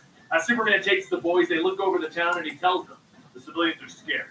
Superboy asks his father, what if Batman's right? What if the world isn't like Hamilton anymore? We need to reconsider how we handle things. Superman looks at him. Listen, son, one day you're going to have to choose what to do with your fear. Whether you choose right or wrong, it's going to change people's lives. It'll change the world in you. Damian chimes in. Ribbon, how about we go check out that swamp that you and the blonde girl ran off to, find my father. Superman turns to them. Dead man's swamp. John explains that he ran off and he got lost in there, and Mr. Cobb found them and saved them. And they all just thought Superman takes off, leaving the boys there. Cobb never mentioned that, and I don't like that disobeying my clear directions has become a habit for him. Maybe Batman was right. I'm going to go look into him. You both go home and wait for your mother. Superboy and Robin begin to walk back, and they begin to argue as two little boys would. But then Robin goes on Superboy, and they begin to fight. The little blonde girl, Kathy, comes over telling Damian to get off of John. Damian looks up glaring. You talking to? And then he begins to get choked and lifted off the ground. Hey, She uses her mind to lift him up, much to everyone's surprise. John tries to fire his heat vision at her, but the beams curve around her as she diverts them. The tree behind her ignites, and she tells him, "You're just so afraid, John." She smiles as she drops Damien on top of her. "Don't worry, he'll keep us safe until you're ready." She explains, "John, you're special, more than you know. No one will hurt you, ever, I promise." While this is going on, Superman is walking into the mansion in Dead Man's Swamp. Back at the Kent farm, Lois sees strange lights dancing around and moving in the field. She goes out to find a tree burning down and nobody around it. Worry and dread begins to set in as she calls out for John and Clark, but no one replies. She drives over to the neighbor's house, the Cobb residence, where Kathy and Brendan are. They tell her that they have no idea, so Lois heads over to the site of the attack from earlier. Because just like Batman, John, Clark, and Damien are now all missing. She notices the mayor of the town, the one that was injured in the photos from the attack, walking just fine and heading to the town hall. Being the reporter that she is, she decides to follow and sees her walking to the back entrance. She follows her down some steps and into a room with several monitors, all watching the Kent family and friends. Candace walks down asking Lois what she's doing, so she kicks her and makes a break for it, because she realizes what is going on. The entire town is alive. Hamilton County isn't real. She runs back to her house to find the mayor and other key figures from the town standing in there, waiting for her, holding her emergency Justice League communicator, asking, this is what she returned for. She runs upstairs and Mr. Martinez bursts through the floor, and he asks, does Superman's wife have a gun? Instead, she blasts him with the gauntlet from the Hellbat suit, a souvenir that she took. And Mr. Martinez falls back to the ground floor, telling everyone she's a bit more armed than we thought. She breaks through the wall and begins to climb down the side of the building and run across the lawn. Okay. That's the people trying to stop her. That's when the Batmobile pulls up and opens up. She sees no one inside, but isn't about to turn down a free ride, and she hops in. The computer says that it doesn't recognize her voice. I don't think I can get any more shading than that on the hands, but he is right. They did need a little bit more. Through the fields around the lasers and electrical fields, and all of the Dave, townspeople come and have a look at this. they display That was a good crazy spot. pictures Can I see what you think? breaking the Because you can windshield see it as live. Batmobile and it shoots them all down. But before she can officially get away, the entire Batmobile is suddenly dismantled mentally, and there's Have a look. Mr. Cobb with Lois just sitting in an I've done the hands. I'm not doing any Meanwhile, more over to them. the They're Dead just Man's over dark Swamp enough. house, But Superman is anything else lost. you can There's see? miles of And he's hallways doing? underneath the house, and he hasn't found Batman or any sign of Background a life. bit more. And until he eventually finds I don't want a a bit too much on the hatch background. that leads to a room. Types would- look One weird. where everyone who's ever tried to help That's 'cause it's Superman tight now today. rests unconscious. Batman, Robin, Frankenstein, and the Bride of Frankenstein are all locked away. Lois looks at Mr. Cobb, trapped in the wings a Batmobile bit driving more? seat, asking, what is even Yeah, going wings on? need a little bit more, Superman, okay. during this, is looking at all of the locked away people. He walks over to Damien and sees John not around, even though he left the two boys together. Lois, Where's in her their arm situation, asks Mr. Cobb, why was Behind he so her. friendly if he just wanted to hurt them? Mr. Cobb looks at the Sort of sky. thing. We have no intention of hurting you. This Mm. has just been all a part of preparing. She looks at him, preparing us for what? Yeah. A new life, a new world. And she blasts him with the back off. He catches his eyeglasses out of dead air, and he puts the back on his face before he reaches out, crushing the gauntlet on her arm, causing her to scream out in pain. Superman hears his wife scream out in agony, and he launches himself into the sky, digging his way out until he comes out of the ground, punching Mr. Cobbs in the back. Mr. Cobbs lands, throwing Rebel at Superman as he catches his wife, and then Superman sees that Mr. Cobb is unfazed. Hello, Superman, or should I say Clark? Superman holds his hands out to stop him, and Mr. Cobb throws more rubble and trees at him. But Superman has had enough. You've been lying from the start. I've never trusted you. Always had a feeling that you were putting on a show. As Superman catches a tree and throws it aside, Cobb tells him that everything is real and it's all for his best interest. But meanwhile, in the basement of some unknown building, John is sitting in a chair, staring at another screen, showing Superman's failure to save people earlier that day in the Octopus fight, and screen showing what is happening right now with Cobb. Whoever is orchestrating this whole thing wants Superboy to see that Superman's methods will not work. People need a new champion. With tears in his eyes, John is forced to watch. Superman picks up Cobb, lifting him off the ground. Where is my son? And then a giant bug appears in the town, breaking apart buildings and rampaging. So Superman flies down, wrapping Cobb up in metal, and then backhands him to put him to sleep. Then he grabs Lois, and he takes off to go settle the other issue. Superman flies around saving civilians before he moves in to handle the creature. But that's when he sees something else, cutting the creature in two. He flies over to the alien, asking what he's doing, and the mayor's voice replies, I was protecting my constituents, Superman. Superman is stunned. Another of the townsfolk is against him, and that's when a giant bat appears, rampaging through the town. Superman tries to save more people as another alien appears slaughtering the bat, and another one shows up to help. Dr. Brooks and Officer Haggett. Superman is insanely confused by what is going on at this moment, but that's when another monster appears, and the others tell him not to worry. They are the super elite. Then as John is watching the monster beginning to rampage through the city, he watches as the rubble flies towards his mother, and it slices off Lois's leg. He screams out, "Mom!" And then he watches as his father rushes over to apply pressure, cauterizing his heat vision. Tears run down his face as he is watching his mother scream out in pain, and he tries to turn away, but the man from behind him grabs his head, holding it forward. Lois begins to pass out for the pain as she calls out for her son. Superman looks her in the eyes. "Don't worry, baby. I'll find him. But first, I'm going to get you to the hospital." Superman leaves the scene with the elite watching. The man from before places his hand on John's shoulder as he's crying and closing his eyes. "Desperate times call for desperate measures, John boy. Anything less than innocent people are bound to suffer. Your dad and I butted heads over in the past, but he never would see it my way. I had to give up on the big blue Boy Scouts. But you are different. You've got what it takes. Black is black. White is white. There's the innocent, and there's the guilty. Manchester Black says that it's time that we have a new Superman in the town, mate." In the middle of the town, Cobb steps forward demanding to talk to Black. They were supposed to come into this town to protect it, to train Superboy. They were supposed to be safer here, but now there are rift squids coming through the vortex and attacking. Nothing is safer here. Superman drops Lois off in the hospital as Clark Kent, and he makes sure that she is safe. But she wants him to find John. He kisses her on the forehead, telling her that he'll find him. But she was hurt. He had to get her here. She pushes him off, telling him to get up. Right now, she doesn't need Clark Kent. They need Superman, and she needs her son. She looks longingly as he flies off into the sky to find his son. And he goes right to Cobb's house, and he lifts the entire building up, revealing more tunnels. He scans them, but suddenly John is standing behind him. He reaches out for him, and John pulls away scared. "He made me watch. I saw what happened to Mom. Why didn't you do anything?" Superman stops. "Who made you watch?" And then he sees him. Manchester Black. He fires his heat vision at him at full blast, and using his powers, Manchester stops the vision in mid-air, and he lights his cigarette with it. He then throws Superman into a tree, so Superman looks up calling out, "Sicko!" And Crypto shows up biting into Black's hand, and using that chance, Superman gets up and begins pounding onto him. "I could kill you!" And Black wipes the blood from his nose. "Oh, come now. We know you won't. Otherwise, we would be having a toast over the corpse of Darkseid. A real hero would end everyone's suffering. Spare the innocent of their pain." He throws Superman into the tree again, and then using the black goo, he wraps him up and he holds him still. "I was playing the long card, grinding the town, grooming John bit by bit, power by power, to grow into a better hero than his dad, until these meddling know-it-alls fucked it up." And then around Superman, the tubes holding Frankenstein and Batman appear. He grabs one of the aliens, asking John, "Have you ever killed a war criminal? Because today's the day." And at that moment, Cobb shows up with Kathy, hitting Black with his powers. "I knew you were nothing but trouble." With this moment of freedom, Superman turns to the tube, breaking them all open, and all of the heroes jump out. Batman asks, "Bad guy named Black?" "As always." But before they can do anything, Manchester grabs a hold of the elite and one little Superboy. Then he begins to drape them all in the black goo, and he takes over their minds. John calls out, "Superman, help!" And Black hits him with everything. "Don't say his bloody name!" As tears begin to stream down John's face, he's lifted off on the ground into his new black outfit. The darkness of the world's possibilities begin to creep into him, coating his eyes. And Superman looks at Manchester. "Didn't Batman have a theory that the son was greater than the father?" Superman sees what's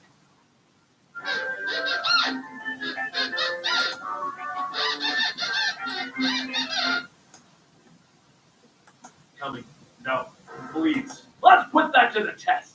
And Superboy Black is rocketing in to hit his father. He hits Superman hard, throwing him off balance right away. Robin runs in, throwing dirt into Superboy's path, causing him to cough. And Batman throws a battering to try and slow him down, except Superboy is getting stronger by the second. Manchester Black is in his head, pushing his powers beyond their current limits. He bounces back, lunging at Batman, trying to hit him, but Batman dodges and blocks. "I know you're in a dark place, John, but you need to try and find your way out. Innocent lives are at stake."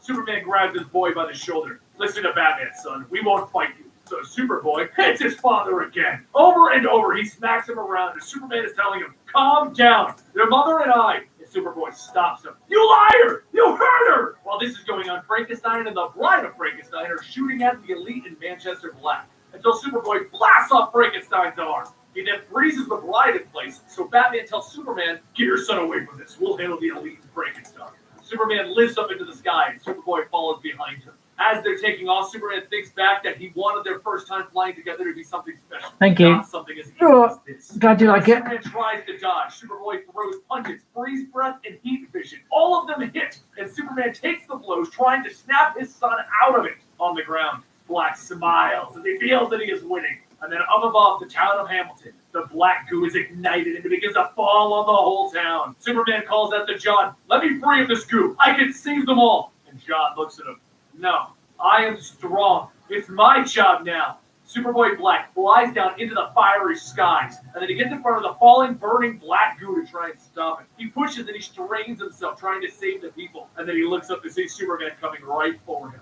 "You're strong. I see that now. So you're strong enough to take this." And Trachoom! Superman hits him with everything. And with that hit, Superman is also disrupting the elite spaceship, sending out arcs of time-space. That's when Superboy Black can see through time, and he sees various versions of Damian and himself. And what he sees is the light. So much light, he decides that there's no room for Black. He hovers down to Manchester Black, and he pins him down, punching him repeatedly, over and over, not holding back, until his mother calls out, "Jonathan Samuel Kent!" He turns around to see his mom, with her leg in one piece. The darkness begins to pour out of John's face as he sees that she is okay. And Kathy explains that they only saw what Black wanted them to see. She never lost her leg. John begins to cry as he turns back to normal, and he runs over to hug his mother. And Manchester gets up furious. "Superboy is mine!" Superman flies in to stop him, but it's Kathy who uses her mental powers to stop everything by combining her abilities with John's. And then in a massive whoosh, everything is over. Manchester Black is brain dead, and no one knows where his mental capacity even went. The elite are now free to arrive and apologize. They tell Superman that they didn't know Black's true plans. They thought they were helping. But that a world of their own, they would like his permission to stay and protect Hamilton Town. That was it.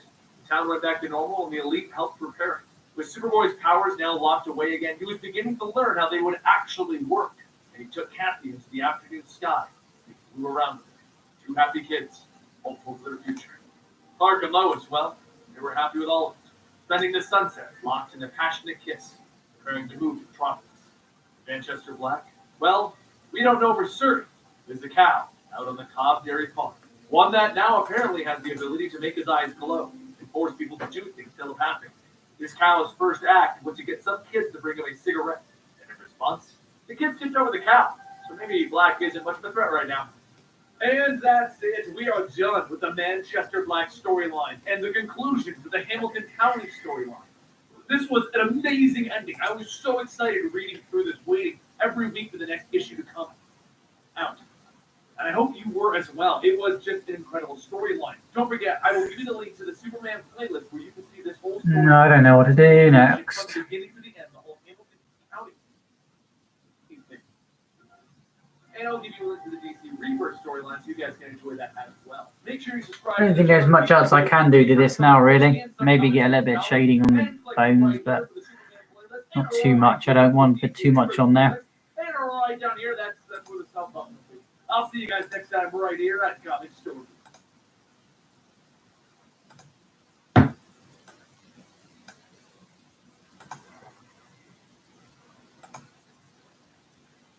Playing with your food just got a whole new spin. It's Chow Crown, new from Hasbro Gaming. Fix your food on the forks and set the crown spinning. Can you go back while the music stops? It's fast-paced Chow chomping action.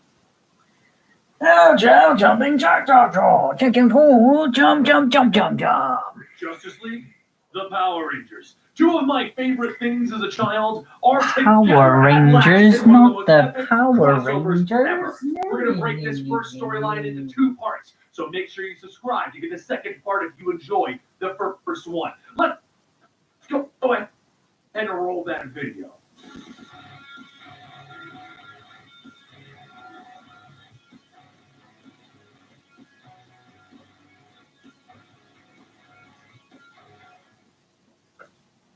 Angel Grove is the home to the Power Rangers, where the way of I am life so is changing kept safe Power Rangers. by Give me a the second. Power Rangers. However, right now, the Rangers all look at a hole in the ground that was once their lovely city. And Zach kneels down stating that this is all I'll have a bit of Red Hood instead. Batman. Ever lose a Robin?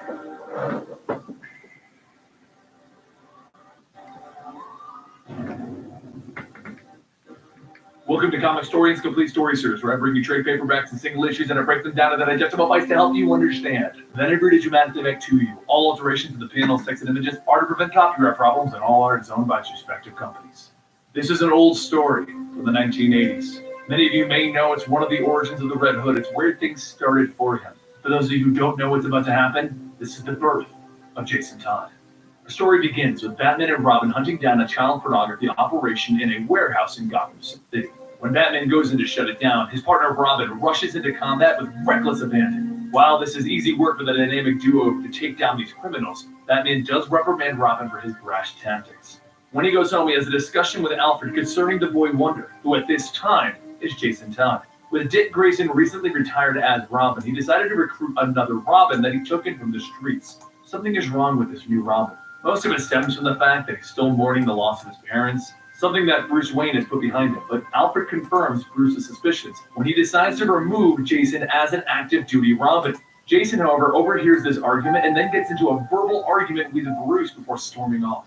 Batman is called in by Commissioner Gordon because of some very grim news. The Joker has escaped Arkham Asylum, leaving many dead people in its wake. The world's greatest detective is on the case to find out what his oldest rival is up to, and we soon learn that the Joker has escaped only to discover his funds have been depleted.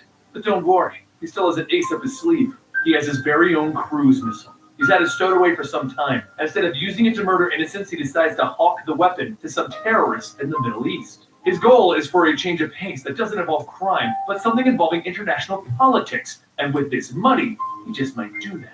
Meanwhile, Jason Todd is wandering the streets of Gotham alone. He comes across his old home, a place of happier memories. Suddenly, an old neighbor recognizes Jason, and she has a gift for him. Old heirlooms from his family. Jason takes these items back to Wayne Manor to look through them to get in touch with his past. However, he soon comes across his birth certificate and he learns some shocking news. While his father's name is on the document, his mother's name is different.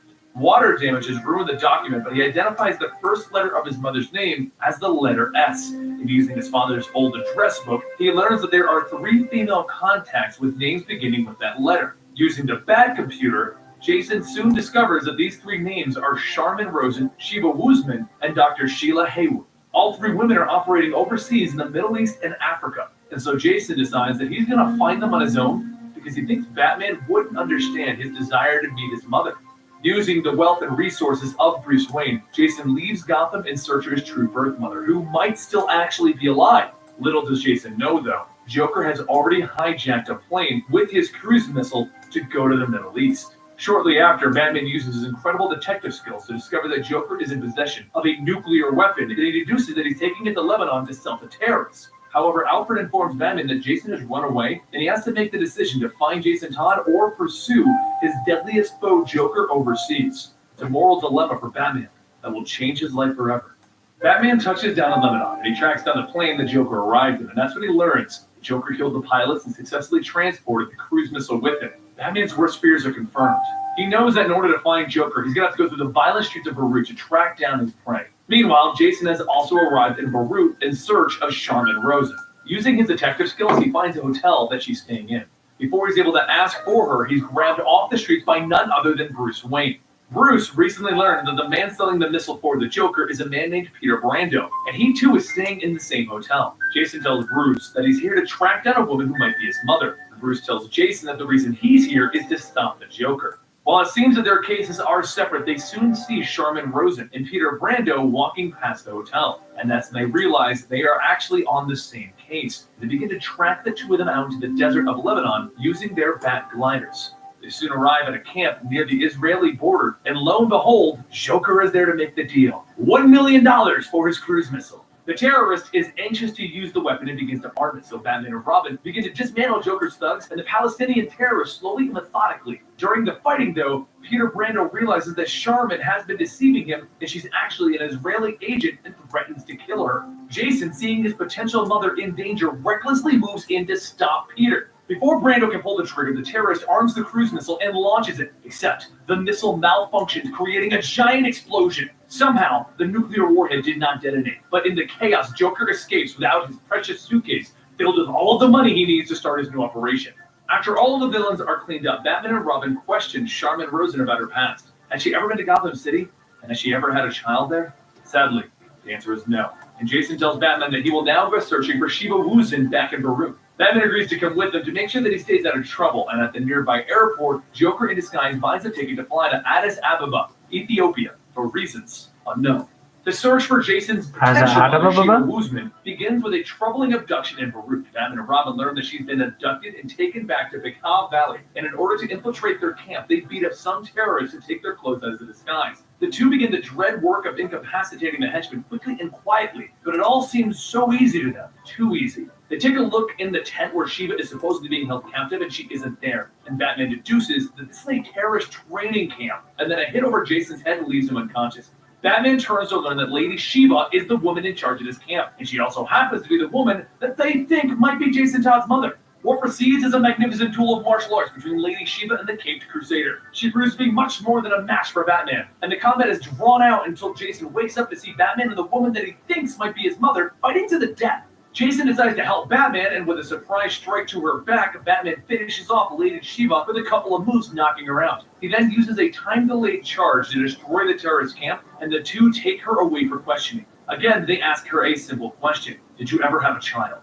She gleefully replies that she's had many children all over the world. Batman's obviously not amused by her humor, so he takes out a dose of sodium pentothal to force the truth out of her. This time, the answer is more direct: no. Satisfied, they leave her out in the middle of the desert, left with only one more option: the Dr. Sheila Haywood. And it seems that someone else has found her first. Over in a famine relief camp in Ethiopia, an all-too-familiar face barges into Dr. Sheila Haywood hard at work, and she recognizes him immediately: the Joker. He knows this woman from her troubled past in Gotham City and plans to use her connections to gain medical supplies in order to sell them on the black market. Yes, the Joker has been reduced to hijacking trucks. Just another victim of Reaganomics. That's me. So the Joker's next plan is set. Another fateful coincidence.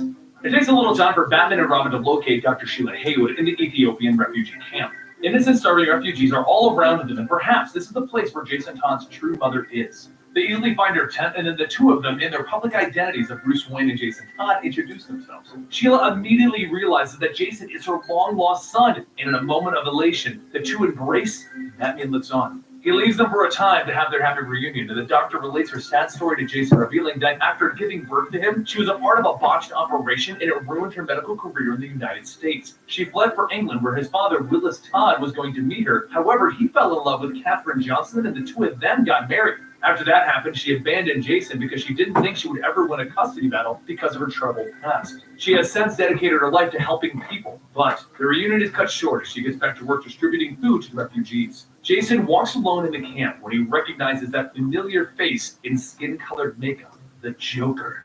He walks into Sheila's tent, and Jason eavesdrops on their conversation. He learns that the Joker is blackmailing Sheila in order to enact his villainous scheme. Joker leaves with Dr. Haywood to go to a warehouse where the medical supplies are being kept, and Jason follows, acting alone without Batman. He follows them to the warehouse where he learns that Joker is taking medical crates and replacing them with crates of a lethal laughing gas to kill everyone in 4 acres after they get open. With this grim news, Jason heads off to find Batman, and he relays the evil plan to Batman, but by the time they get back to the warehouse, they see the trucks are already delivering the crates of deadly gas to the nearby camp. Batman begins to think that they can stop them in time with his mini bat helicopter, but he has to go alone. It is a mini bat helicopter, not the big one. He tells Jason to watch after the warehouse with explicit warning: do not act until he returns. But as the bat helicopter takes off, Jason makes a bold decision to save his mother from the clown prince of crime. He goes into the warehouse and he finds Dr. Haywood, and he tells her that he knows what's going on and reveals to her that he's actually Robin, the boy wonder, Batman's sidekick. And she tells him that the Joker is long gone and guides him into a warehouse to show him something. That something is the Joker with a gang of thugs in tow. Jason turns around, and then what should have been the happiest day of his life turns into the worst day of his life as he sees his own mother pointing a gun at him. It seems that the good doctor has been embezzling medical supplies on her own to make money on the side, and if he interferes, it could make her life worse. With Jason surrounded, the Joker proceeds to give Jason the beating of a lifetime. He can barely fight back, and the Joker nearly beats him to death with a crowbar. Blood is everywhere, and his mother looks on and lights a cigarette. Batman is in hot pursuit of the military truck with the poison gas, but his bat helicopter gets shot down by unsuspecting soldiers. After incapacitating the soldiers, Batman tells the drivers that this crisis is over and to turn around. Batman needs to get back to Jason, and he uses one of the convoy trucks to race back to the warehouse. The Joker is. Speaking of the Joker, he's back in the warehouse deciding his next move.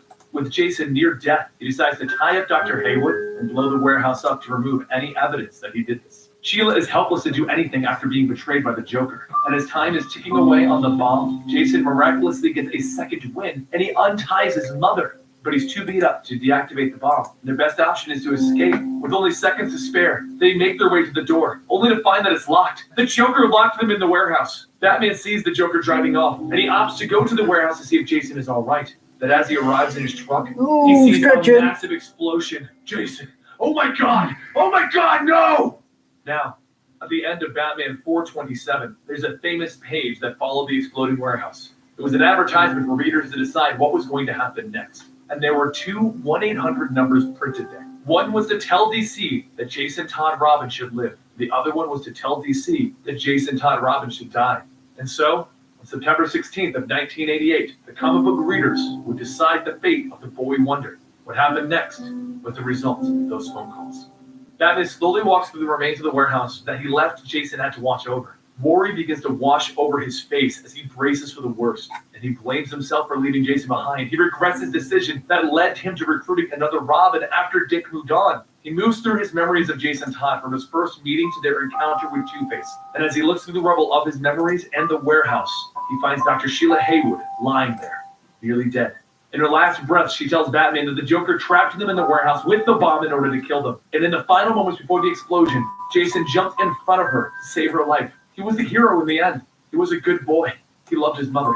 With the regrets of her own life choices, she dies in Batman's arms. And the Dark Knight silently continues to go through the wreckage, hoping beyond hope that Jason is okay. He sees him at last. He goes to check for a pulse. There's nothing. He's lost him. Jason Todd, the boy wonder, is dead. The Joker is off selling his stolen medical supplies. As he receives his money, two Secret Servicemen from Iran are there to meet him. They are there at the behest of a man that wished to speak with the Joker. They go into the next room to find that it is the Grand Ayatollah himself, and he's there to offer the Clown Prince of Crime a government position. The Joker's dream has come true. Back at the ruins, Batman, as Bruce Wayne, deals with the authorities. He removes any evidence of Robin's disguise, and he answers the questions that they have, keeping the truth to himself. No authority will keep him from dealing with the Joker. Soon after, Batman follows the Joker to his location in Ethiopia, and the only thing that he can find is a warehouse filled with dead henchmen and a bloody message. B, see you at 42nd and 1st. J. Batman takes the body of Sheila and Jason back to Gotham, where they have a small funeral that only Commissioner Gordon, Barbara Gordon, and Alfred attend. No one knew the identity of Jason Todd, and all of his family is gone. Alfred tells Batman that he can contact the Nightwing to help him, but Bruce refuses. No help from here on. That's the way I want it.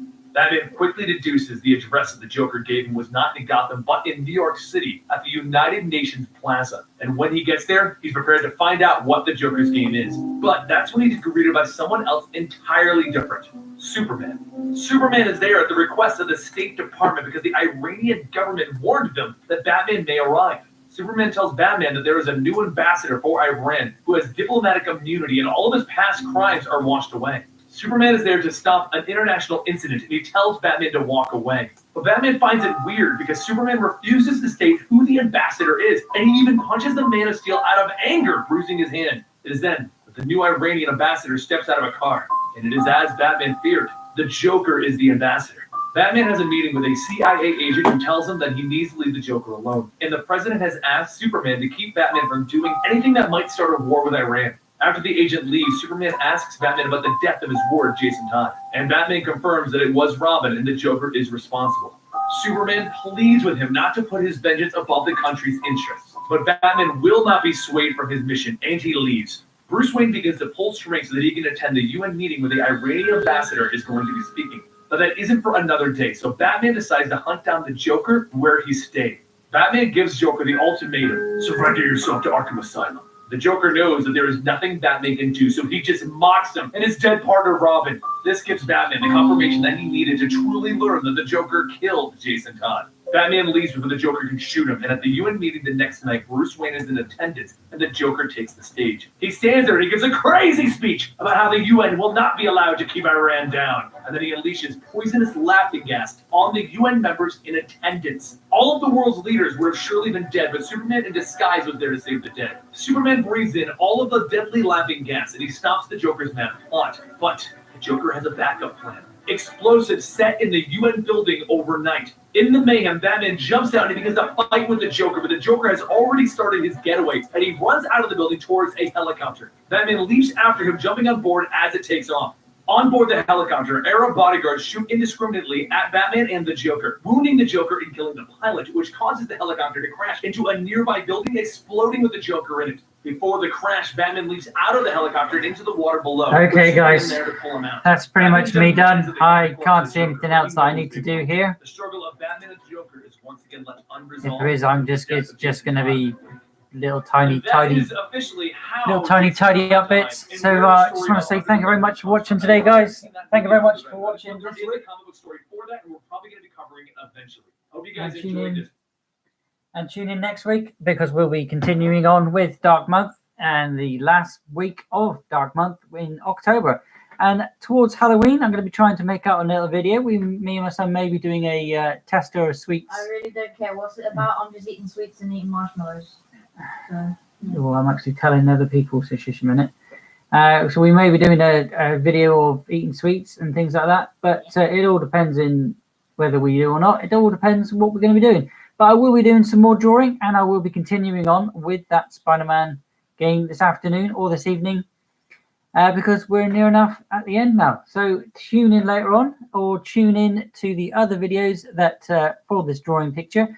If you want to see anything about this, like say the paper version, definitely check on the first video of the month, which the first video of this week, which is done in paper, which was done on Monday. Otherwise, guys, thank you very much for watching this one today. I will see you next week for some more drawing, and I will see you over on Mixer this weekend for some more GTA. Otherwise, guys, thank you very much for watching. I've been Belut084, BLUT084 Art and Games, here every day on YouTube, occasionally on Mixer, every day and night over on Instagram. Same name, different place. Catch you later, guys. Thank you very much for watching. Don't forget to hit the subscribe button and hit that bell so you don't miss out on the next part of October's Dark Month. Catch you later, guys. Bye-bye for now.